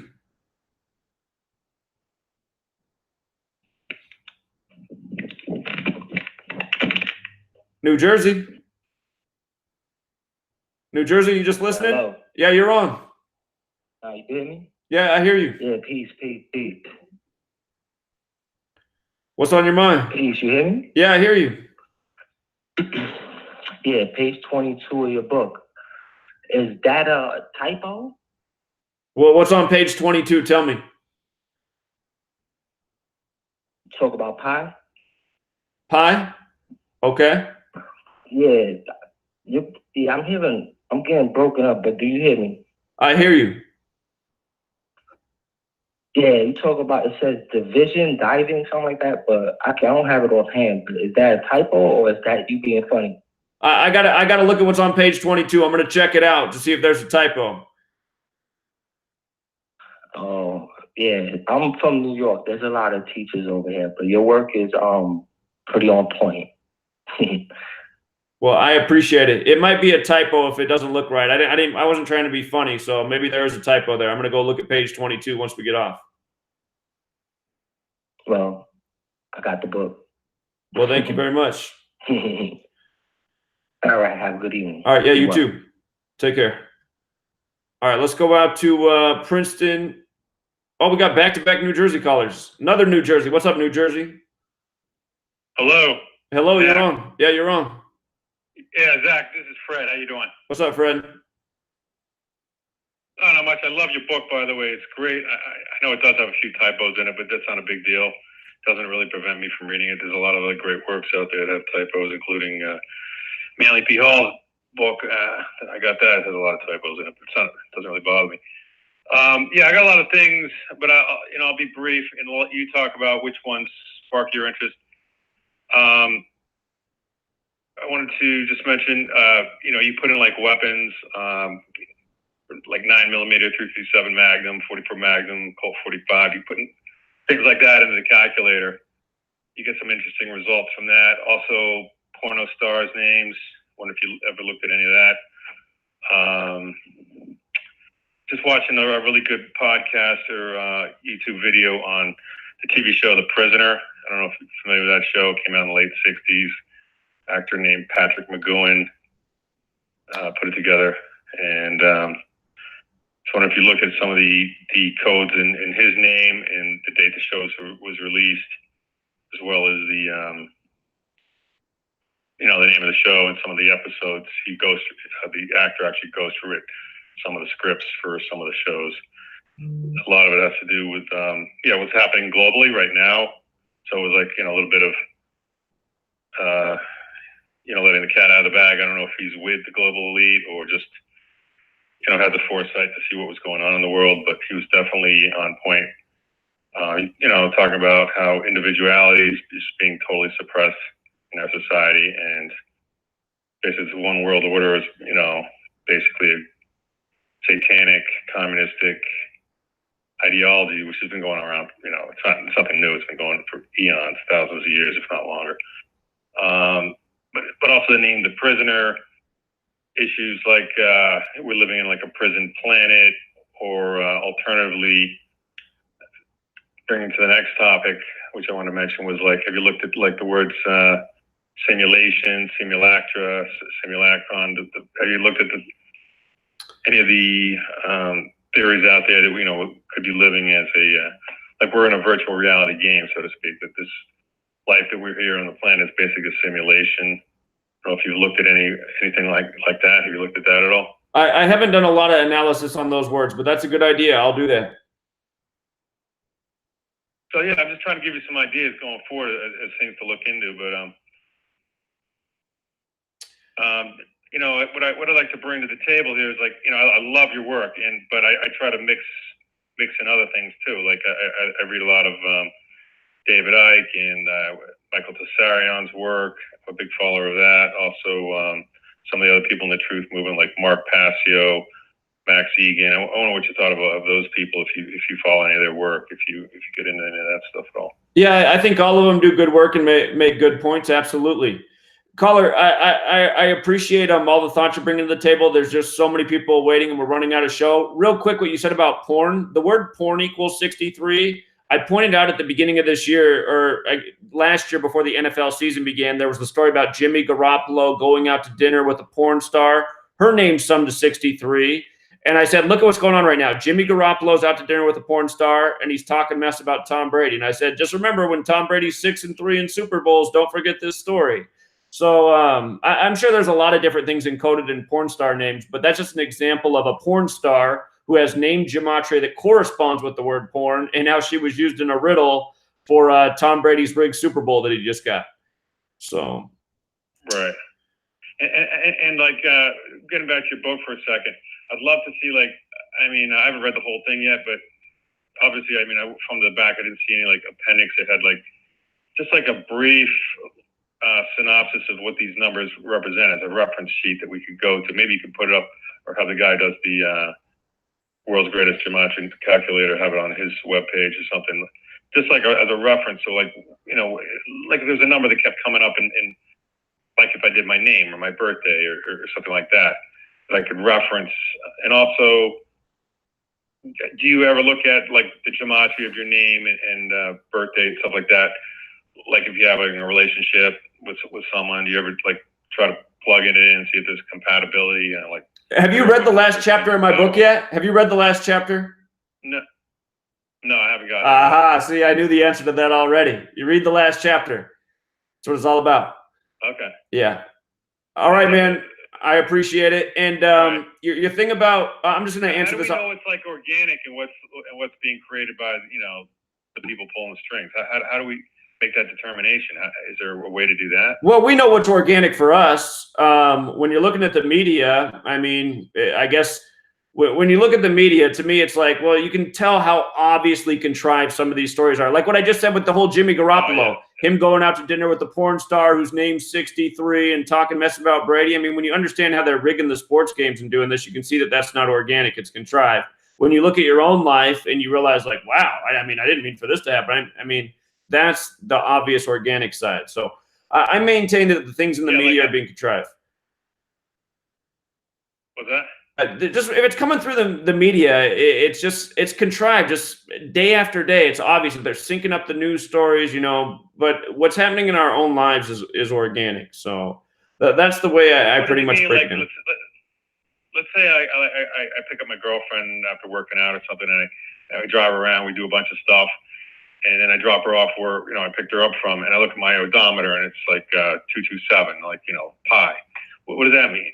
Dude, it's weird. It's like yesterday I turned on my car and it said 226 miles to empty, and it was February 26th. So yeah, I see those things too. I mean, it is interesting, and I don't know what to tell you what it means, but yeah, we all have those things happen in our life, and it is interesting. So. But I see it all the time now, all the time. Well, stuff like that. It's like. I honestly don't have the answer to that question, but yeah, once we're aware of this code, we start to realize, like, wow, these numbers are all around us. So, is it confirmation from the universe that you're on the right path? Maybe indicate that we're. Hermeticism says that when you're looking into something and you start to see synchronicity in your life, it's a sign from the world that you're on the right path. So maybe that's the way to look at it. Yeah. Well, I hope I am. Like, going through a divorce, my kids don't want to talk to me. So okay, well, maybe that is the universe saying, like, despite all this bad stuff happening, you're pursuing truth. This stuff's happening for a reason, but don't give up on the truth. So another one thing I want to look. Maybe you could. I don't know if you've done anything on this, but like 5G and the global network of mind control. Do you ever like look into that at all? Like, well, I'm aware of it. It looks like the 5G to me is going to help them complete their police surveillance state. That's my big concern with it. I'm sure there's all sorts of harm to our health as well. We live in a electromagnetic hypersensitivity. I can't even carry a cell phone. Like when I watch a computer, I have to wear the same glasses you have, and I have to sit like 10 feet away from it, or put it on speaker and just go do something else, listen to it in the background. I don't have Wi-Fi in my house. I have every Ethernet. I live in the woods. It's all fucked up, man. The last 2 years have been hell for me. I can't go near people. I can't go near malls. Life is just like totally fucked up. Well, man, stay strong. It is hard. It's the sad reality of our world is that when you get into the truth, it makes it makes a lot of things in this world a whole lot more difficult, and it shouldn't be that way, but it is that way for whatever reason. It just reminds me of the saying, nothing worthwhile comes easy. So there's always sacrifices you got to make and perseverance to make the important things happen in this world. So I guess we, the truth seekers and speakers, are suffering for the potential betterment of humanity in the time being. So stay strong out there, friend. What if this is just a simulation? What if this is just a simulation? This life. Well, it could be. I don't have the answer to that either. So. You're doing great work. I enjoy it, and I appreciate what you're doing for humanity. I hope other people, look into it, and I'm going to do my best to get the word out. I talk to people about it all the time. I'm not shy to spread this, this knowledge, but most people, it's in one ear out the other. They look at you like you have three heads, and they're going on doing their own business and checking their Instagram photos and all that shit. I know it, man. I know it. I wish it wasn't that way. All right, brother. Stay strong. You have a good night. Hey, you too. Thanks. All right, take care. All right, let's go out to Vermont. Vermont, you're on. Oh, this is Michael James Dean. How are you, Zach? Doing well. Thanks for calling. What does the number 119 mean to you? Well, all-seeing eyes, 119, Orthodox, Star-Red David, Ashkenazi Jews. It was a big number on September 11th. It was a big number when the Berlin Wall fell. It's been a big number with Trump's administration as well. I largely see it as a very Jewish signature number. Well, because I've also noticed that in binary signature, it's 1110111, and hexadecimal, it's 77, and in 5-bit, it's 434. And in 4-bit, it's 1313. Have you ever heard of numbersofplenty.com? No, it's a new one for me.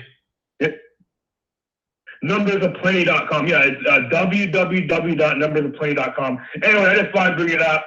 I'm primarily called in to see if you heard about Mark Passio and Larkin Rose. Have you heard of Larkin Rose? Yeah, they were both at Anarchapulco. Yeah, I'm familiar. You went to Anarchapulco? Both of them were just there. Oh, okay. All right. Hey, well, you have a good day, sir. You have a good one. All right, you take care, man. All right, let's go out to Illinois. Hello? Hello. Hello. Hey, I'll be really quick so I know the show's about over. I just wanted to say that I really love your show. I went without internet for 6 months, and I've been a TFR subscriber since 2015, and you are the only show that I went back and downloaded every single one that I missed for 6 or 7 months, and I'm in the process of listening to them all right now, and I've done about 4 months in a week. Wow. Well, thank you. You're welcome. And also, since I have been listening to the summer shows, I just wanted to mention for everybody to remember that you had a call back about July talking about March 8th, possible something might happen to Trump. And I just wanted to mention that for everybody to, be looking for that day. Good reminder. Yep, March 8th is coming up. We're very close. Thank you. You're welcome. But yeah, I'll let you go. I know your music's going to start in probably about a minute. But yeah, I just wanted to say that you are my favorite show on TFR. And yeah, every other show, I download about 10 or 15 of them. And everybody else, I just went back to the beginning of the year. But you, I went all the way back to June. Well, thank you so much. I take that as a great compliment. It means a lot. Really glad we got your voice in here. Thanks for the patience. Everybody will be back next week. Have a good night. Have a great day. Until next time, Truth Seekers.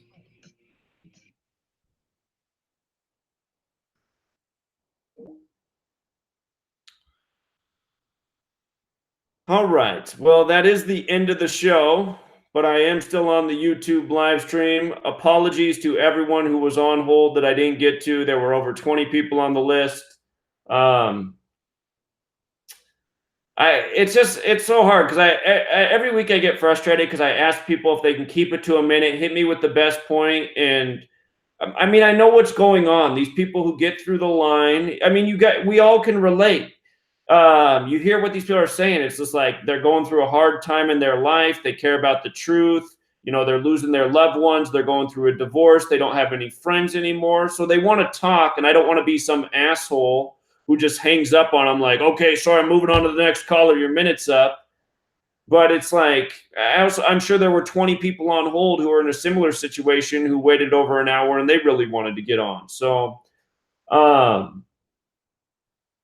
look, for anybody who was just now on hold, and have some integrity here, people. If you weren't one of the people on hold, if you were somebody who was on hold and I didn't get to you and you really wanted to call in and you had something really important to say, I'm going to open up the Gematria hotline. You can call me at 509-7. Oh, hold on. It's on airplane mode. Hold on.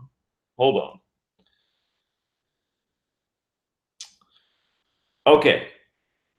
Only call in if you were on hold and you didn't get answered to and you're in this live stream and you really want to get your voice out there. But the number is 509-731-0567. 509-731-0567. So I'll hang around and see if there was anybody who really wanted to phone in. Here we have a caller from New York. New York, can you mute your video in the background? Yes, hello, Zach. Hey, you're on. Can you mute the video in the background? Yes, hello, Zach. Yeah, what's up, man? Yeah, how you doing? You're really hot with the picks this week, so thank you for that. Well, you're welcome. And also, remember a few years ago you had that site called All for Truth? Are you planning to make a new site since that one went down? I would love to do it, but I'm going to have to find the right people to do it. And yeah, you know what? I mean, that really should happen. I have a good revenue stream right now. I guess I could finance a website like that myself.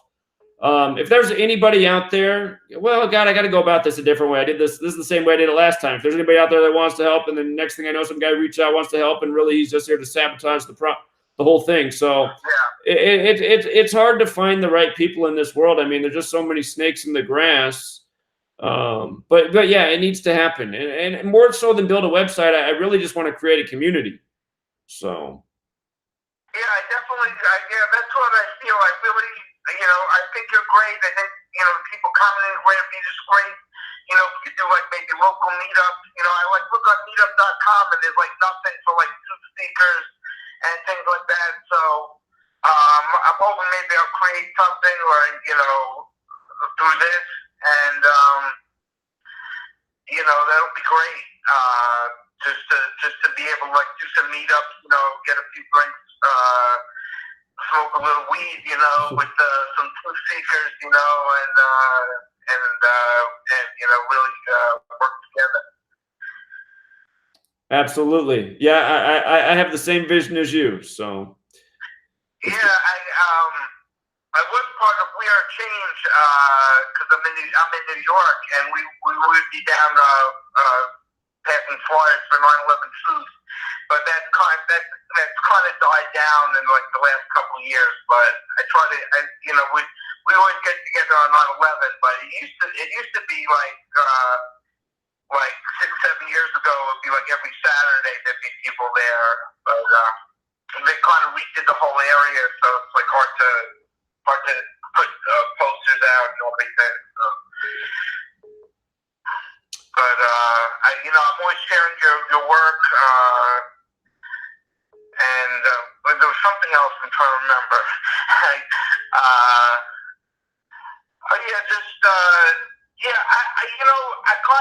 There's kind of a theory of mine.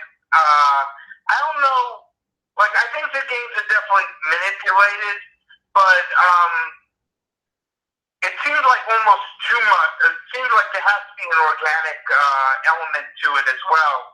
Or else, somebody would speak out, spill the beans, at some point, So I think like the players are maybe trying to win the game, but there's like somehow like the controllers are like programmed, like maybe they have mind control on the players or something, because these players seem very dumb. Like they couldn't carry out these intricate plans, without help. well, it's a theory. I see these guys purposefully missing tackles and doing all sorts of stuff, purposefully missing lay-ins. So I think they're in on it. They could be under mind control, though. I guess they must really train them well, like in their practices.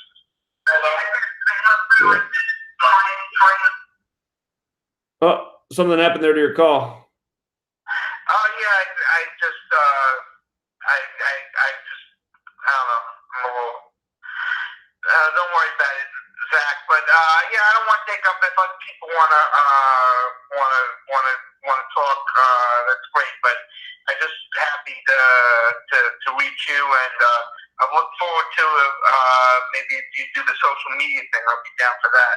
All right, I'll see what I can do. It does need to happen again. Appreciate the call, caller. You have a great night. Bless you. Yeah, take care, man. What's up, Reno? Oh, hello? Yeah, you're on. Oh, really?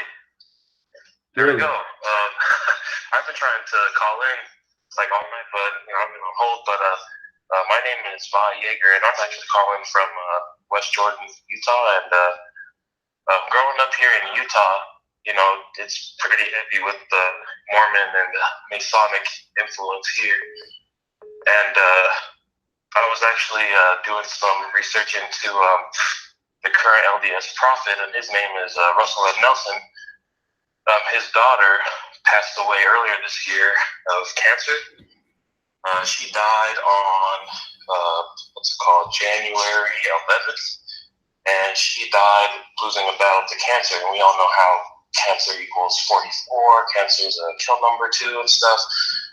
And so her father, the prophet, the term prophet equals 44 in 4 reduction.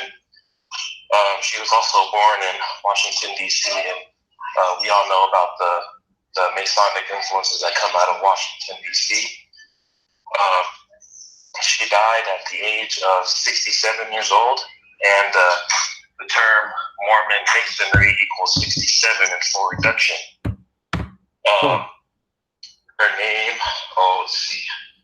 So, Mormons, they also go by the term LDS, and the full acronym of that is Latter-day Saints, and the term Latter-day Saints equals 100, and 100 in verse 4 reduction.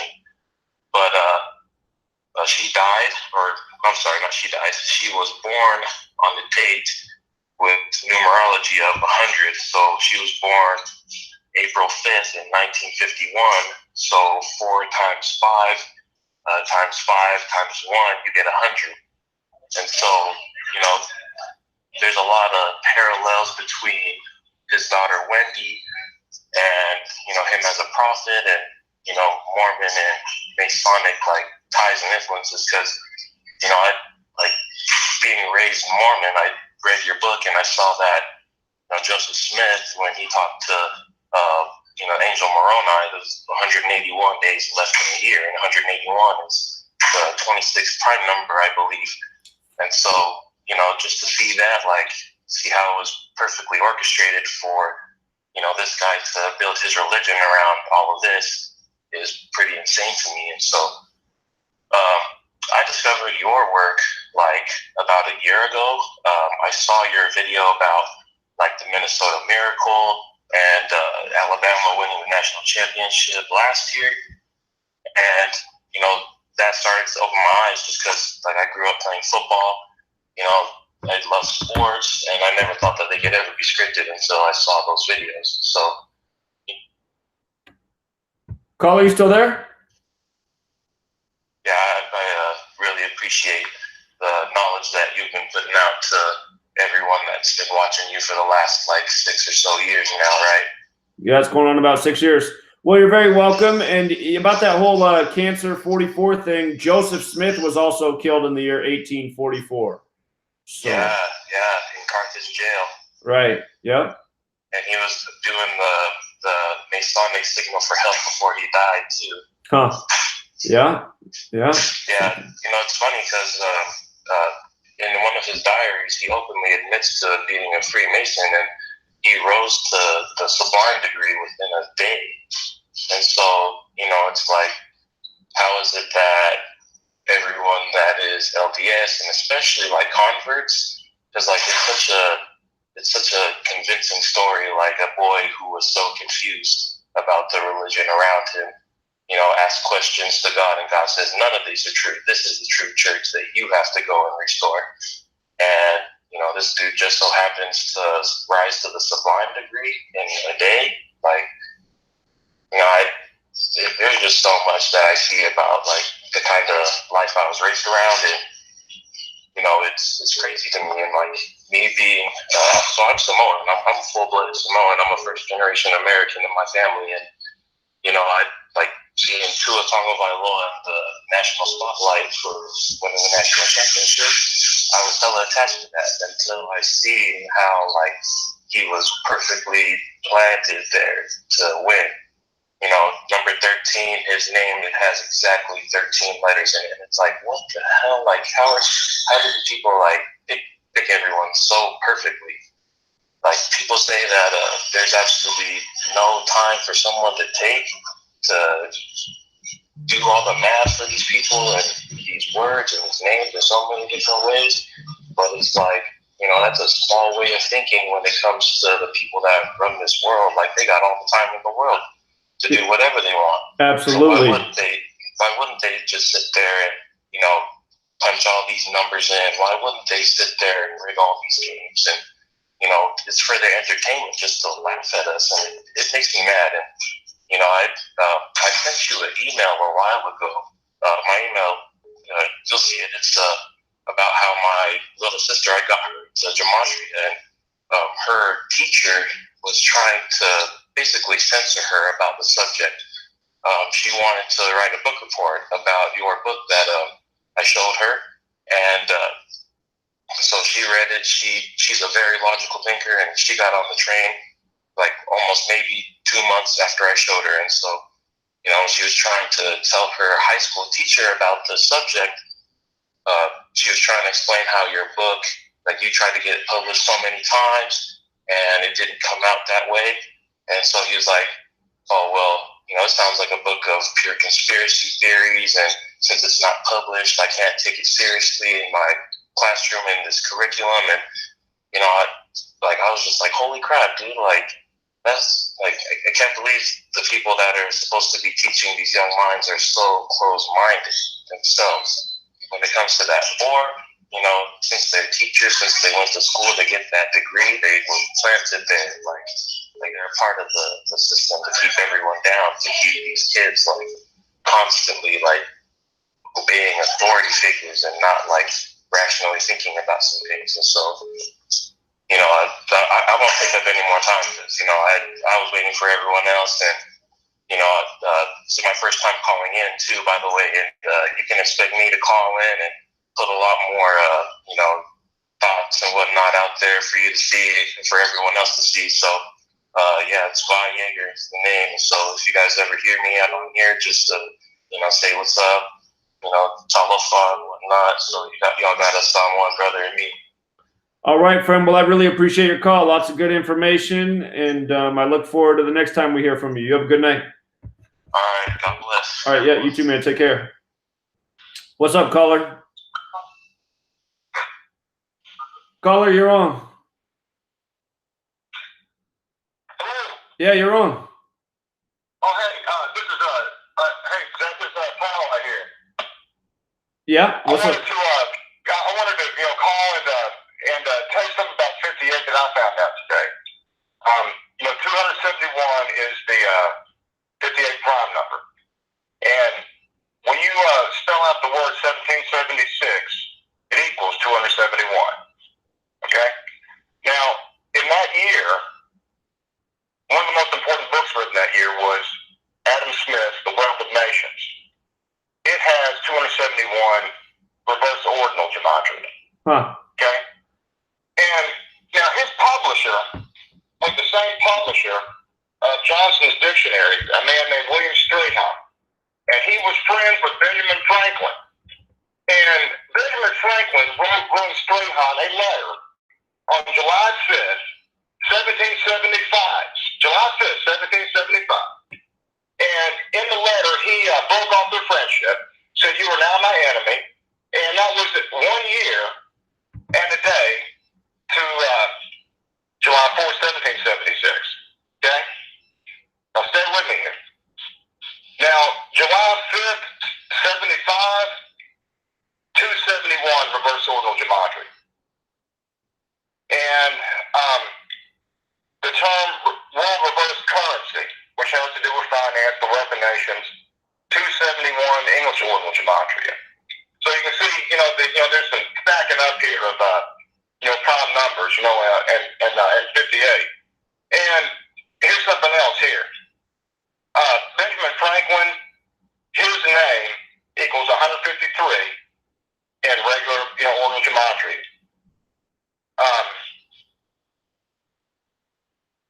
July 5th, 1775 equals 153 reverse reduction gematria. The date numerology for that day, July 5th, 1775, 32. The same date numerology of July 4th, 1776. The word Benjamin equals 32 in reduced reduction gematria. And I found this out today. You know, I think it's the second time I called you, but I just had to let you guys know about, you know, about that today. They sent my blog. I did a blog going to post on today. It's at the Deep Zone. Everybody wants to check it out. I got a lot of stuff there about Samuel Johnson, the first dictionary of English language, the first real dictionary of English language, published on April 4th, April 4th, 1755. That day has 271 days left in the year. Johnson, the word Johnson, in reverse order in Gematria, 94. April 4th is the 94th day of the year. The connection here is this man, William Strahan, who is the publisher, and not only the publisher, he was printer to the king. He had the exclusive right to print Bibles and the Common Book of Prayer all throughout England, Wales, and Ireland, the United Kingdom. Only him, except for Cambridge and Oxford, they could print their own Bibles. But besides that, he was the only man that could do this. He tried to get Johnson a seat in Parliament. Didn't work out, but you see, he was trying to get his people in the post wherever he could. He was a very good friend with Benjamin Franklin. And after the war was over with, after the revolution was over with, of course they passed it up, but nothing ever happened. Very interesting information. The thing about Adam Smith in 1776 really got me. I never realized that before. So I see that book was published on March 9th too, which is a standout date. I'm going to go back. The 33 numerology. Yeah. I'm going to go back and take a good look at that one. So very interesting. Yeah. Awesome observations. This is Tal, right? Tal? Yeah, Tal Golden. And tell people your blog again. It's at the Deep.Zone, or you can just type up thedeepzone.com. Either one will take you there. The Deep Zone, yeah. I thought you went away for a long time, but I'm glad you're back. So keep up the good work, man. Well, thank you. Yeah. Well, I know there's a lot of people wanting to call in, but I know there was a lot and everything. But yeah, I'd like to share that with you guys. All right, man. But you have a good evening. Yeah, you and too. Everybody else too. All right. Thanks, Tal. Keep it up. Yeah, thank you. All right. My mom's been trying to call me on my other phone. So, thanks to everyone who bought the book during the show. We were having a horrible day. Let me see how many sales we're up to now. I mean, it still is not a great day, but it's better than what it was.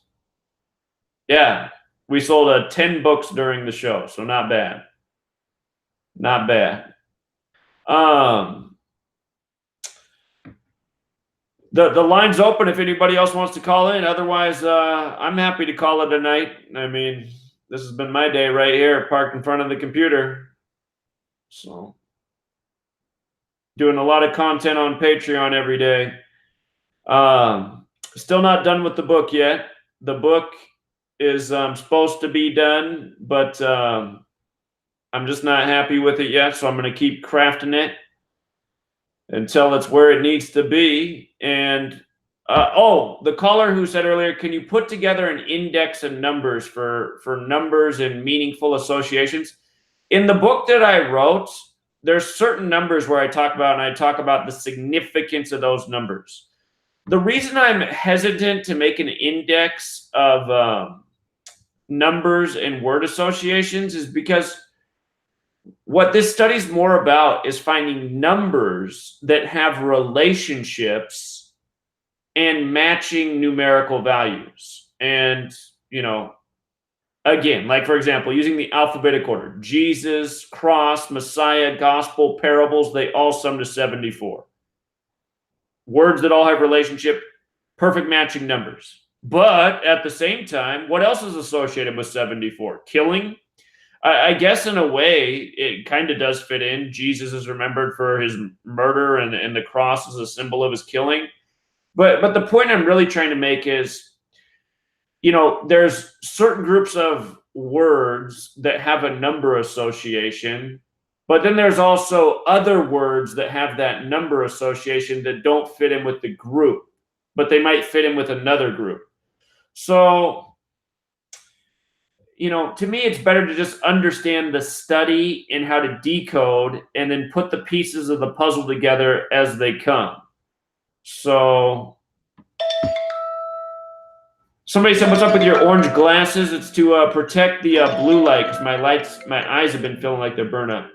Let's go out to Montana. What's going on, Montana? Oh, hi, Zach. It's Austin. Hey, what's up, Austin? I just want to say thank you for all the kind words this week, and yeah, I'm just having a hard time, and I really appreciate what a kind word. How old are you, Austin? I'm 18. Yeah, you're young. I can tell your voice is young. It's good to be young. You know, Austin, when I was around your age, they were the hardest years of my life too. And honestly, from the time that I was 18 to probably about 20, I probably thought about suicide more in those years than at any other point in my life. And it was too bad because, I mean, I was having a great time up until the day 9/11 happened. And after 9/11 happened, all of a sudden I just felt like I was a man on an island and I lived on a different planet, even though everybody else was around me. And it was horrible feeling that way, feeling so alone. And the way I saw it, I was like, man, I just care about the truth and that we've been lied to. And that, you know, I nearly signed up for the military a year ago. I could be getting shipped off for war right now. And, you know, for my concerns and my thoughts and seeing through the lies, just everybody hated me for it.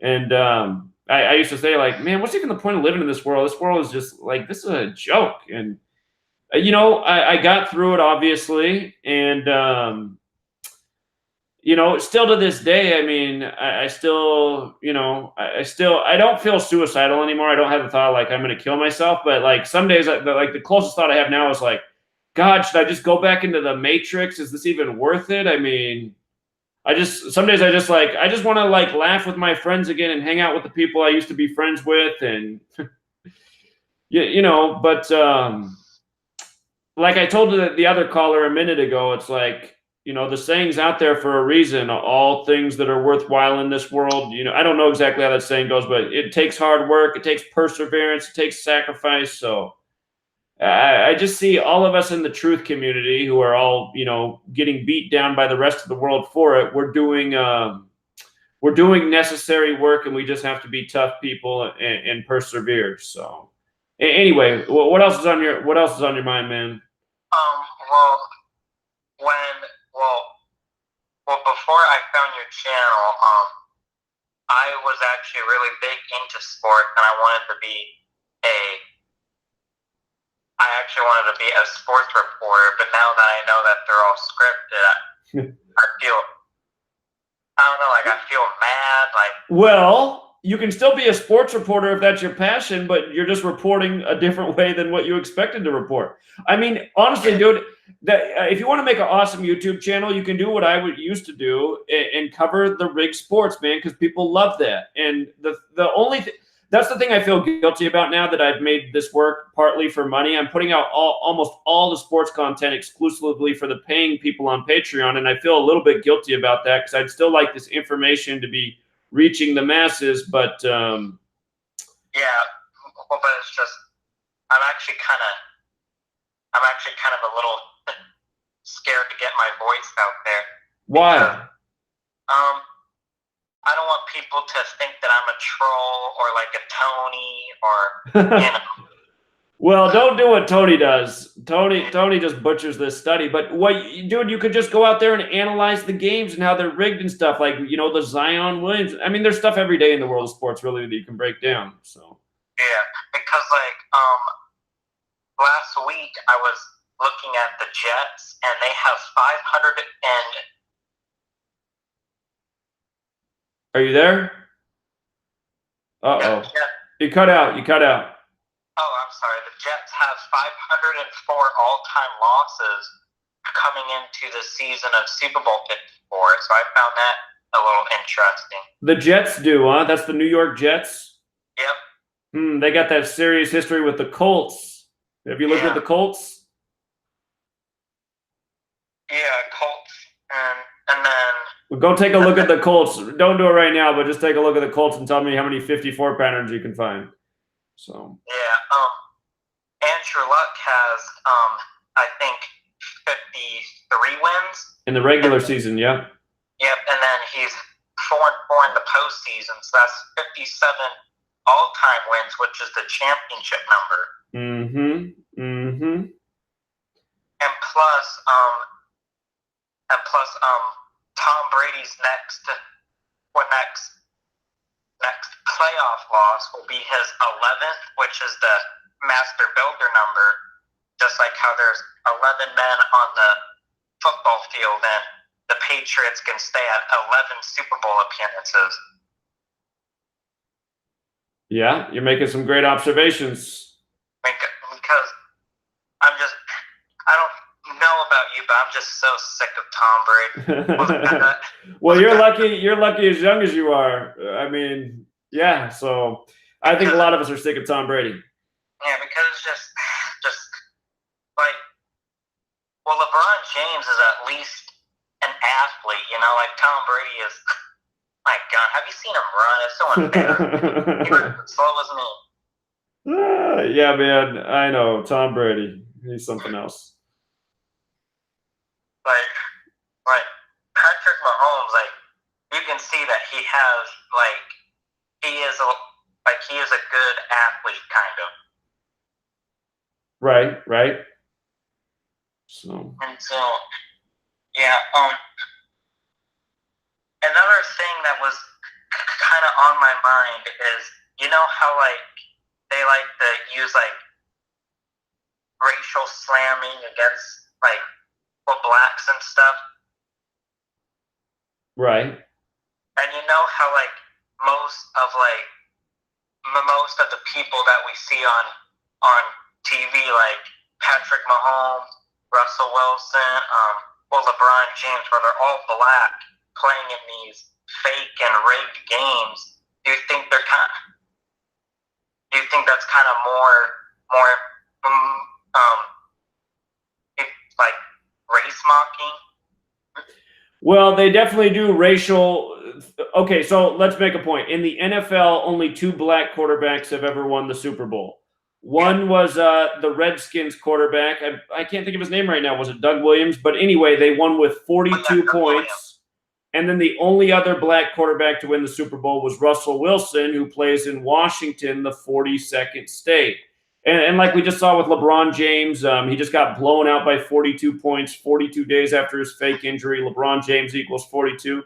So, yeah, they absolutely do these racial rituals with these quarterbacks. In the case of Patrick Mahomes this past year, he lost his star running back in an incident of supposedly pushing a white woman in a hotel, and the story came out 42 weeks after the incident. And then the incident was in Cleveland, and then he gets traded to Cleveland or signs with Cleveland on the 42nd day of this year. Right, the Browns. Right, exactly. So. But that was all racial slamming right there. Mm-hmm. Yeah. With the way that everything lined up, I just.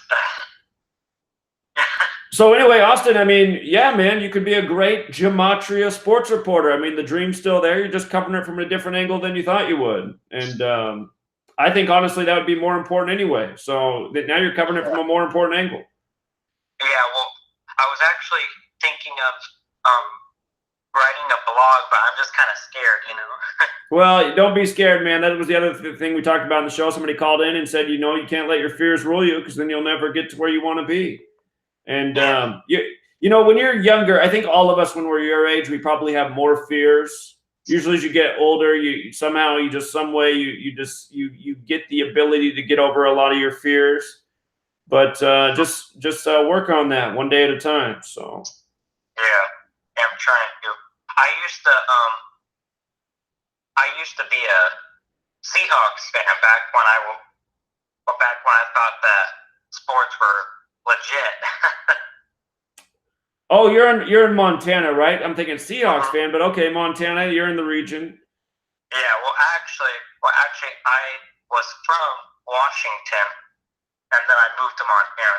Oh, okay. Well, I like Montana. I think you're in a good place. I think that's a good state to be in. Yeah.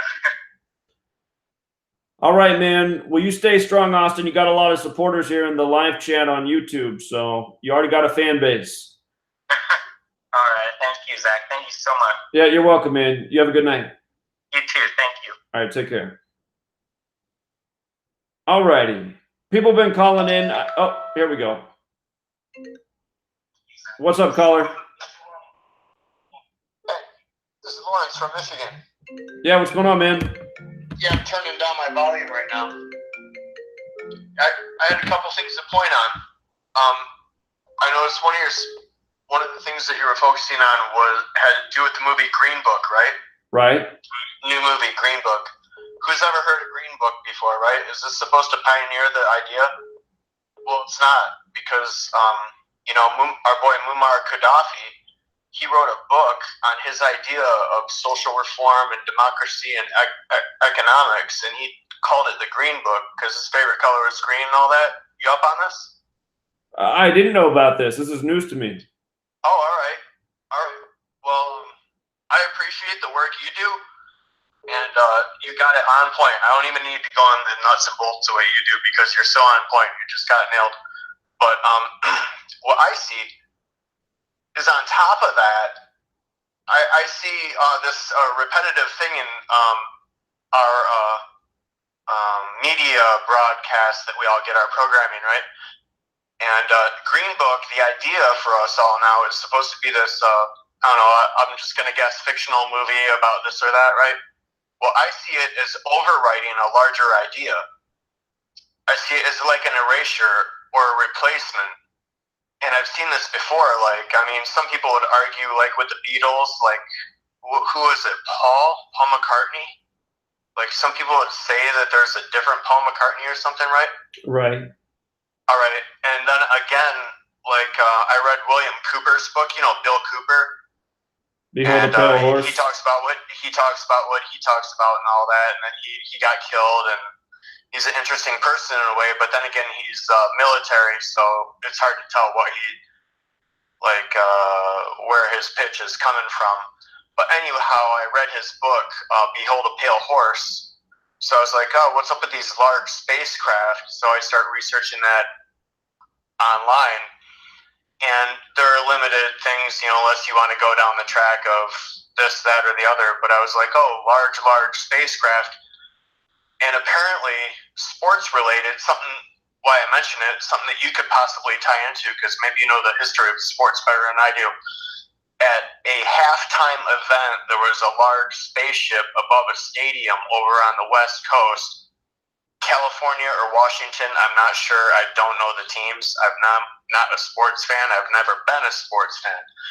But at one point in time, about a decade ago, on YouTube, I saw copyrighted news, video, whatever, reporting of this halftime show with a spaceship above the fucking stadium, and it was almost the size of the stadium. And the sports reporters were saying, like, oh, it's being held up by the military helicopters, because there were obviously military helicopters in the air too.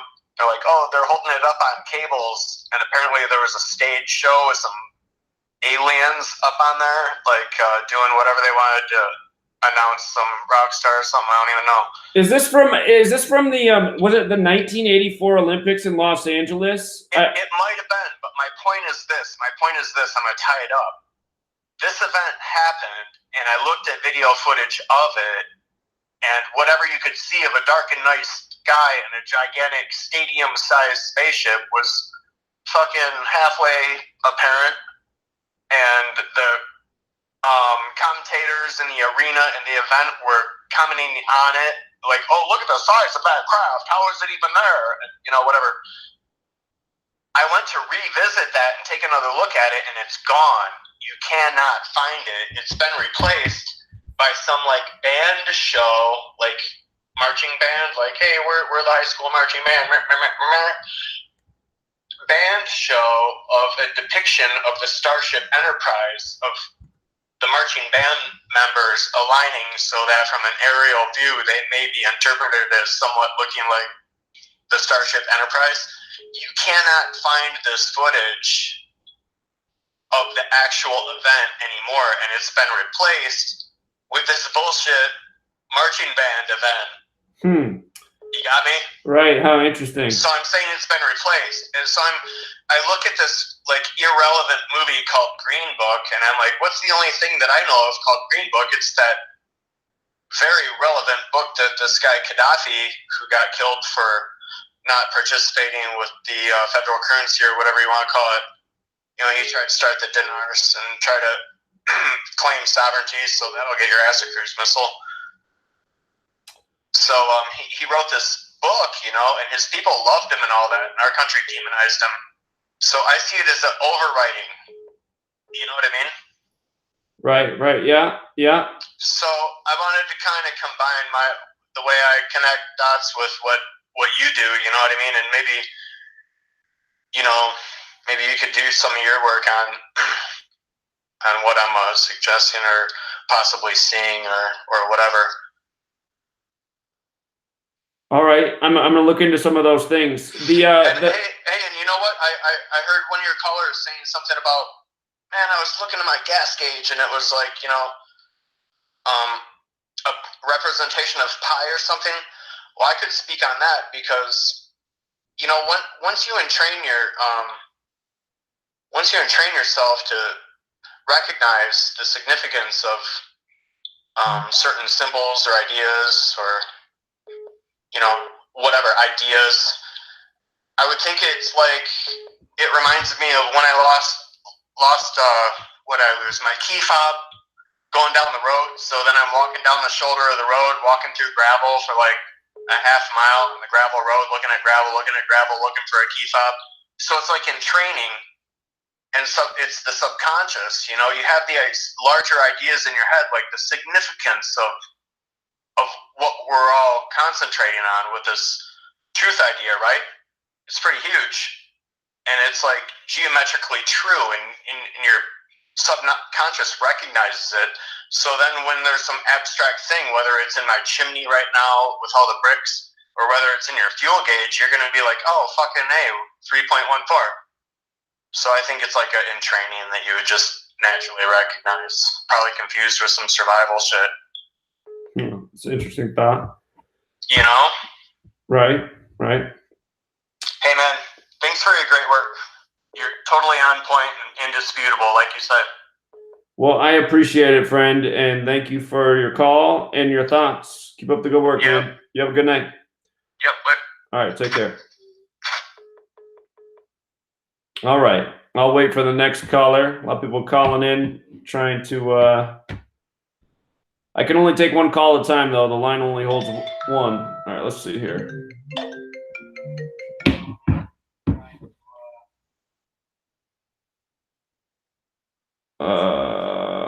Let's see. What's up, man? Hi, Zachary. It's Flowey from Costa Rica. Oh, Thanks for hey. picking up. Yeah, no problem. All right, so great show so far. Let me just jump right in. I have a couple of nuggets here for August 11 this year. The first one is, have you heard about Anton LaVey and the Church of Satan and how this is all entangled with San Francisco, Golden Gate Bridge, and also August 11 now? I found out that from the construction of the Golden Gate Bridge, which was January 5, 1933 to August 11, 2019, are 31,629 days. And this huge number, if you factorize it, is 3 times 13 times 8, 11. 3 times 13 times 8, 11. So that's interesting. Also, this number has 8 dividers, and one of them is also 8, 11. So that's quite interesting. Then also Anton LaVey died 22,070 days before the let's see, Anton after the opening of the bridge. So 22,070 days, that's 22070, or if we delete the zeros, that's 227.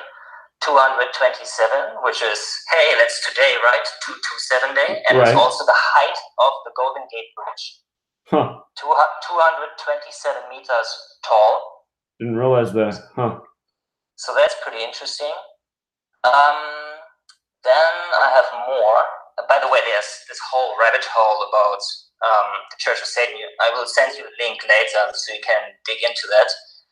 Then I already told you when we were talking lately about the Mayan calendar, but I want to throw this to your viewers as well. First of all, the Mayan calendar was started on August 11th. That's pretty interesting. It was started on August 11 in the year 3114 before Christ. Huh. That is exactly 5,133 years before August 11, 2019. One of the divisors of 5,133 is 1711, just as 17 years and 11 months after 9/11. Huh. So that's pretty crazy. I mentioned that to you. There was the lunar eclipse, the total lunar eclipse, a blood moon actually there was a total solar eclipse on August 11, 1999, exactly 20 years before our date of interest, or 240 months. And this was a special total eclipse because it was prophesied by the Mayans to initiate a time of no time, which is very dark and transformative for the upcoming years and decades.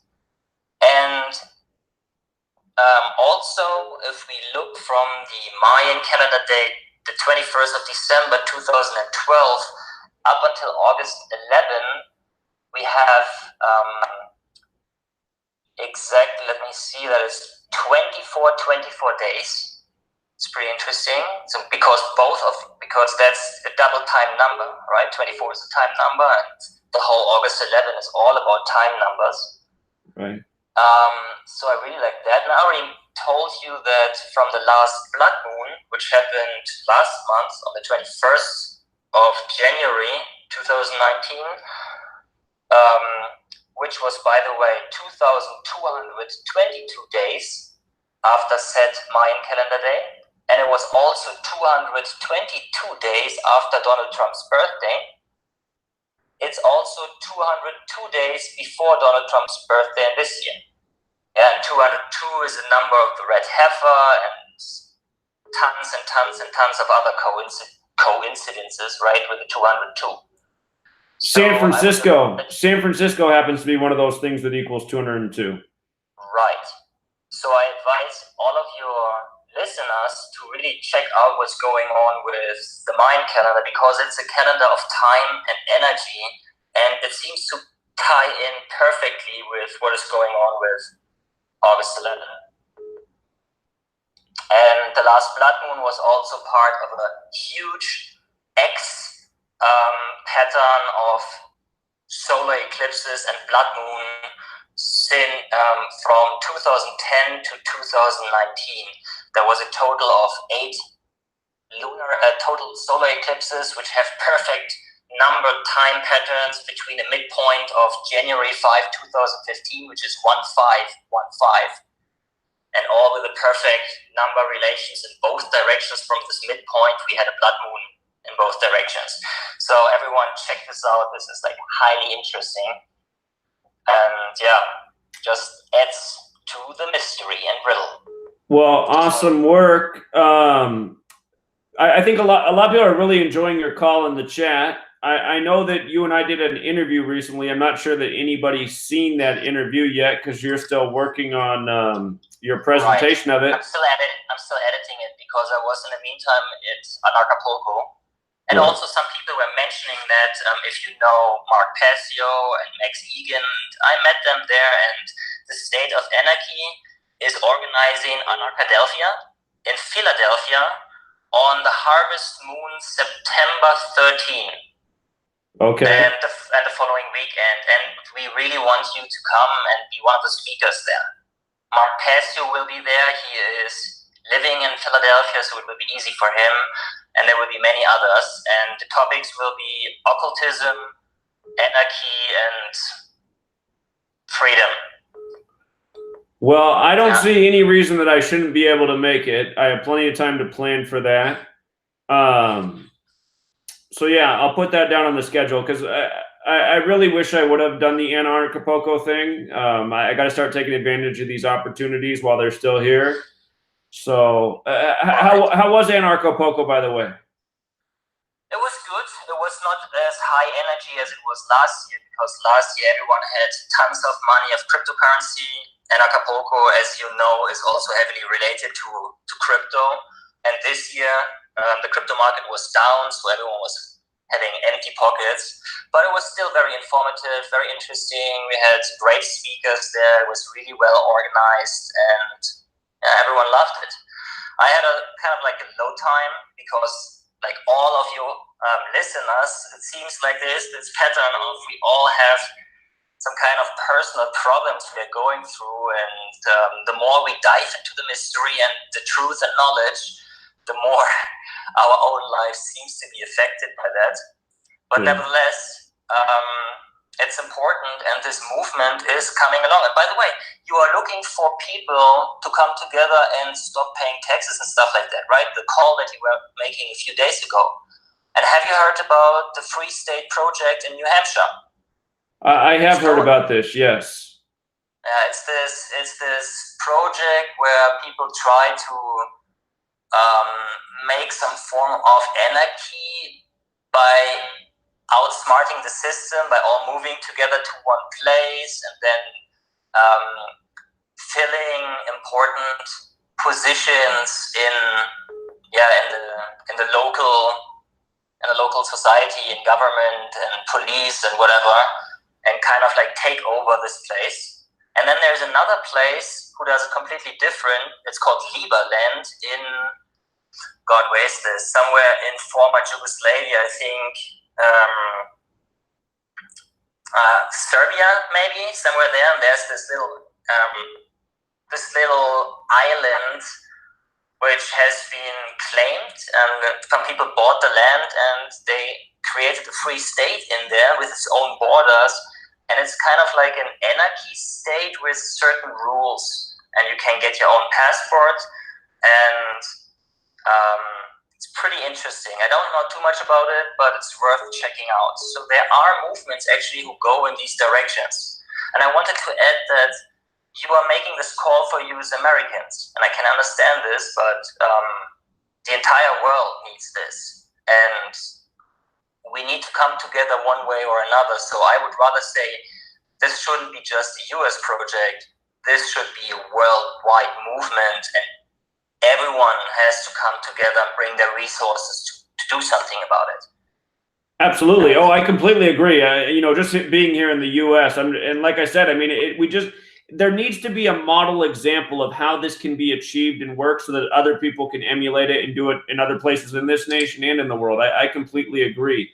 And speaking of which, the thing you just said about Anarchapulco, I found so interesting. I mean, it made a lot of sense, but you were talking about how crypto was doing well last year, so there was way more energy and excitement at the conference. This year, crypto's down, so people are, kind of ho-hum. It goes to show, like, money is such a problem. Money is so controlling and so influential. And, if we could just get away from money, again, if you had a sustainable community with food and shelter and energy, you wouldn't even need money. It wouldn't even be a part of the equation. And yes, I agree. I totally agree. So money is irrelevant if you have a good community. Right. So we have to get away from the whole money thing too. I mean, we live in a world where money is required. Some people say, well, you don't need money at all. You go be homeless. But even if you're homeless, hey, if you want to feed yourself, you're going to have to go beg for money on the corner so that you can get some food. So we need to create a place where money is irrelevant. And it's funny, that was one of my earliest thoughts as a child. I used to ask all my teachers, every year I'd have a new teacher, I'd ask them the same question about, couldn't we live without money? I knew there was something wrong with money when I was a child, because that's all my parents were ever fighting about, was this whole money problem. So that was my first clue, just growing up in this world. But yeah, it's very interesting, but it makes sense just to hear that Anarchapulco was down this year because the crypto money wasn't right. So. Right. It was a driving factor and all of that. But nevertheless, the movement continues and people are eager to throw themselves to the front line and bring all these ideas of liberty, freedom, anarchy, libertarianism, non-aggressive principles, and so on forward and teach people about it. So I think it's very important. But nevertheless, what is your opinion about cryptocurrencies? I heard somewhere you said this is kind of like a scheme to rob us of our money. I do think the wrong people are behind the cryptos. Personally, that's my personal take. Just some of the observations I've made. Right. Yeah, I've never gotten onto the crypto thing. I don't think it's the way out. I think there's only one way out, and it's what I already said. So. Right. Well, everyone, you heard that. Let's come together and create a world without money.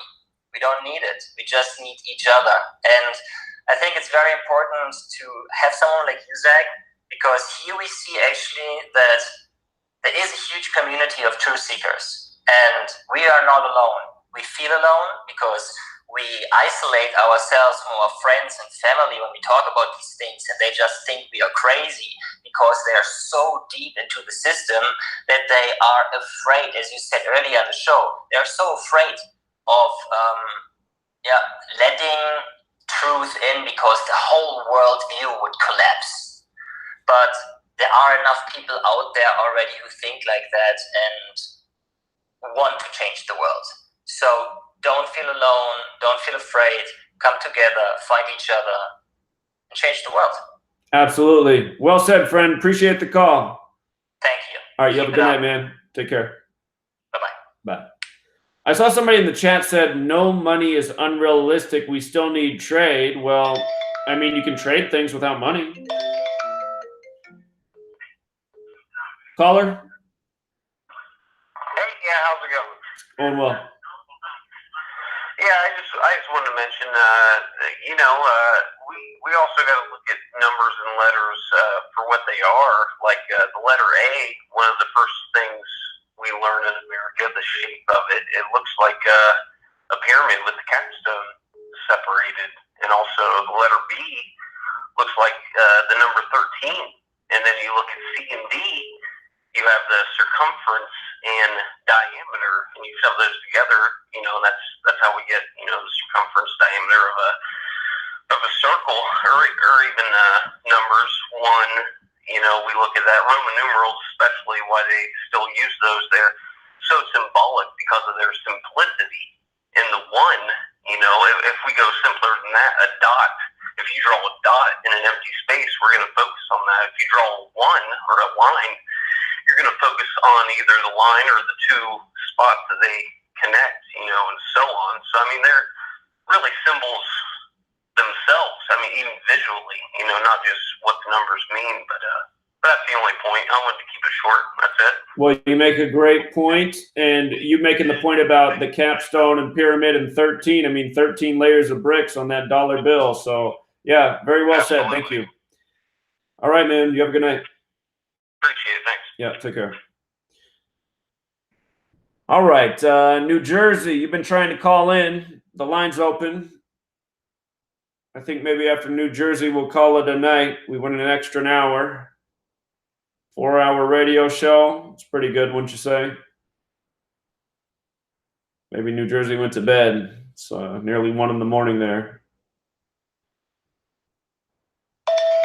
Oh, there he is. Caller.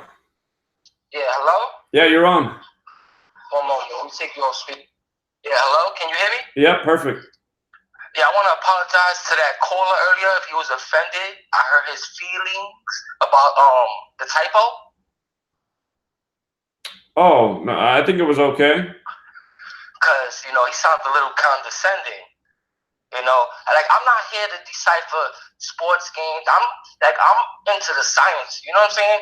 Like, when you playing dominoes, that you playing with DNA. Like, you know what I'm saying? Like, I'm not into all that. So if I hurt his feelings, I'm sorry. But your book is good. Thank you. Keep the good work up. All right, I appreciate it, man. Yeah. Yeah. All right, you take care. Thank you. And I got to look at page 22. It sounds like there might be a typo there. You know what it was, you guys? After the book was edited and done, I went back through it and I started tucking in things, and I was in a hurry because the book was supposed to be out forever ago. And I think when I slipped in things, I think I should have I think I probably tucked in sentences that needed to be here and there, and I didn't probably proofread it after I did that, just assuming I could write one sentence okay. I think that's how because the book didn't have typos in it. I mean, it had been read over by multiple people, and I'd read it over like 5 times. But I know there's some in there now, and I think there are things that I snuck in at the end. So I need to go back and fix that.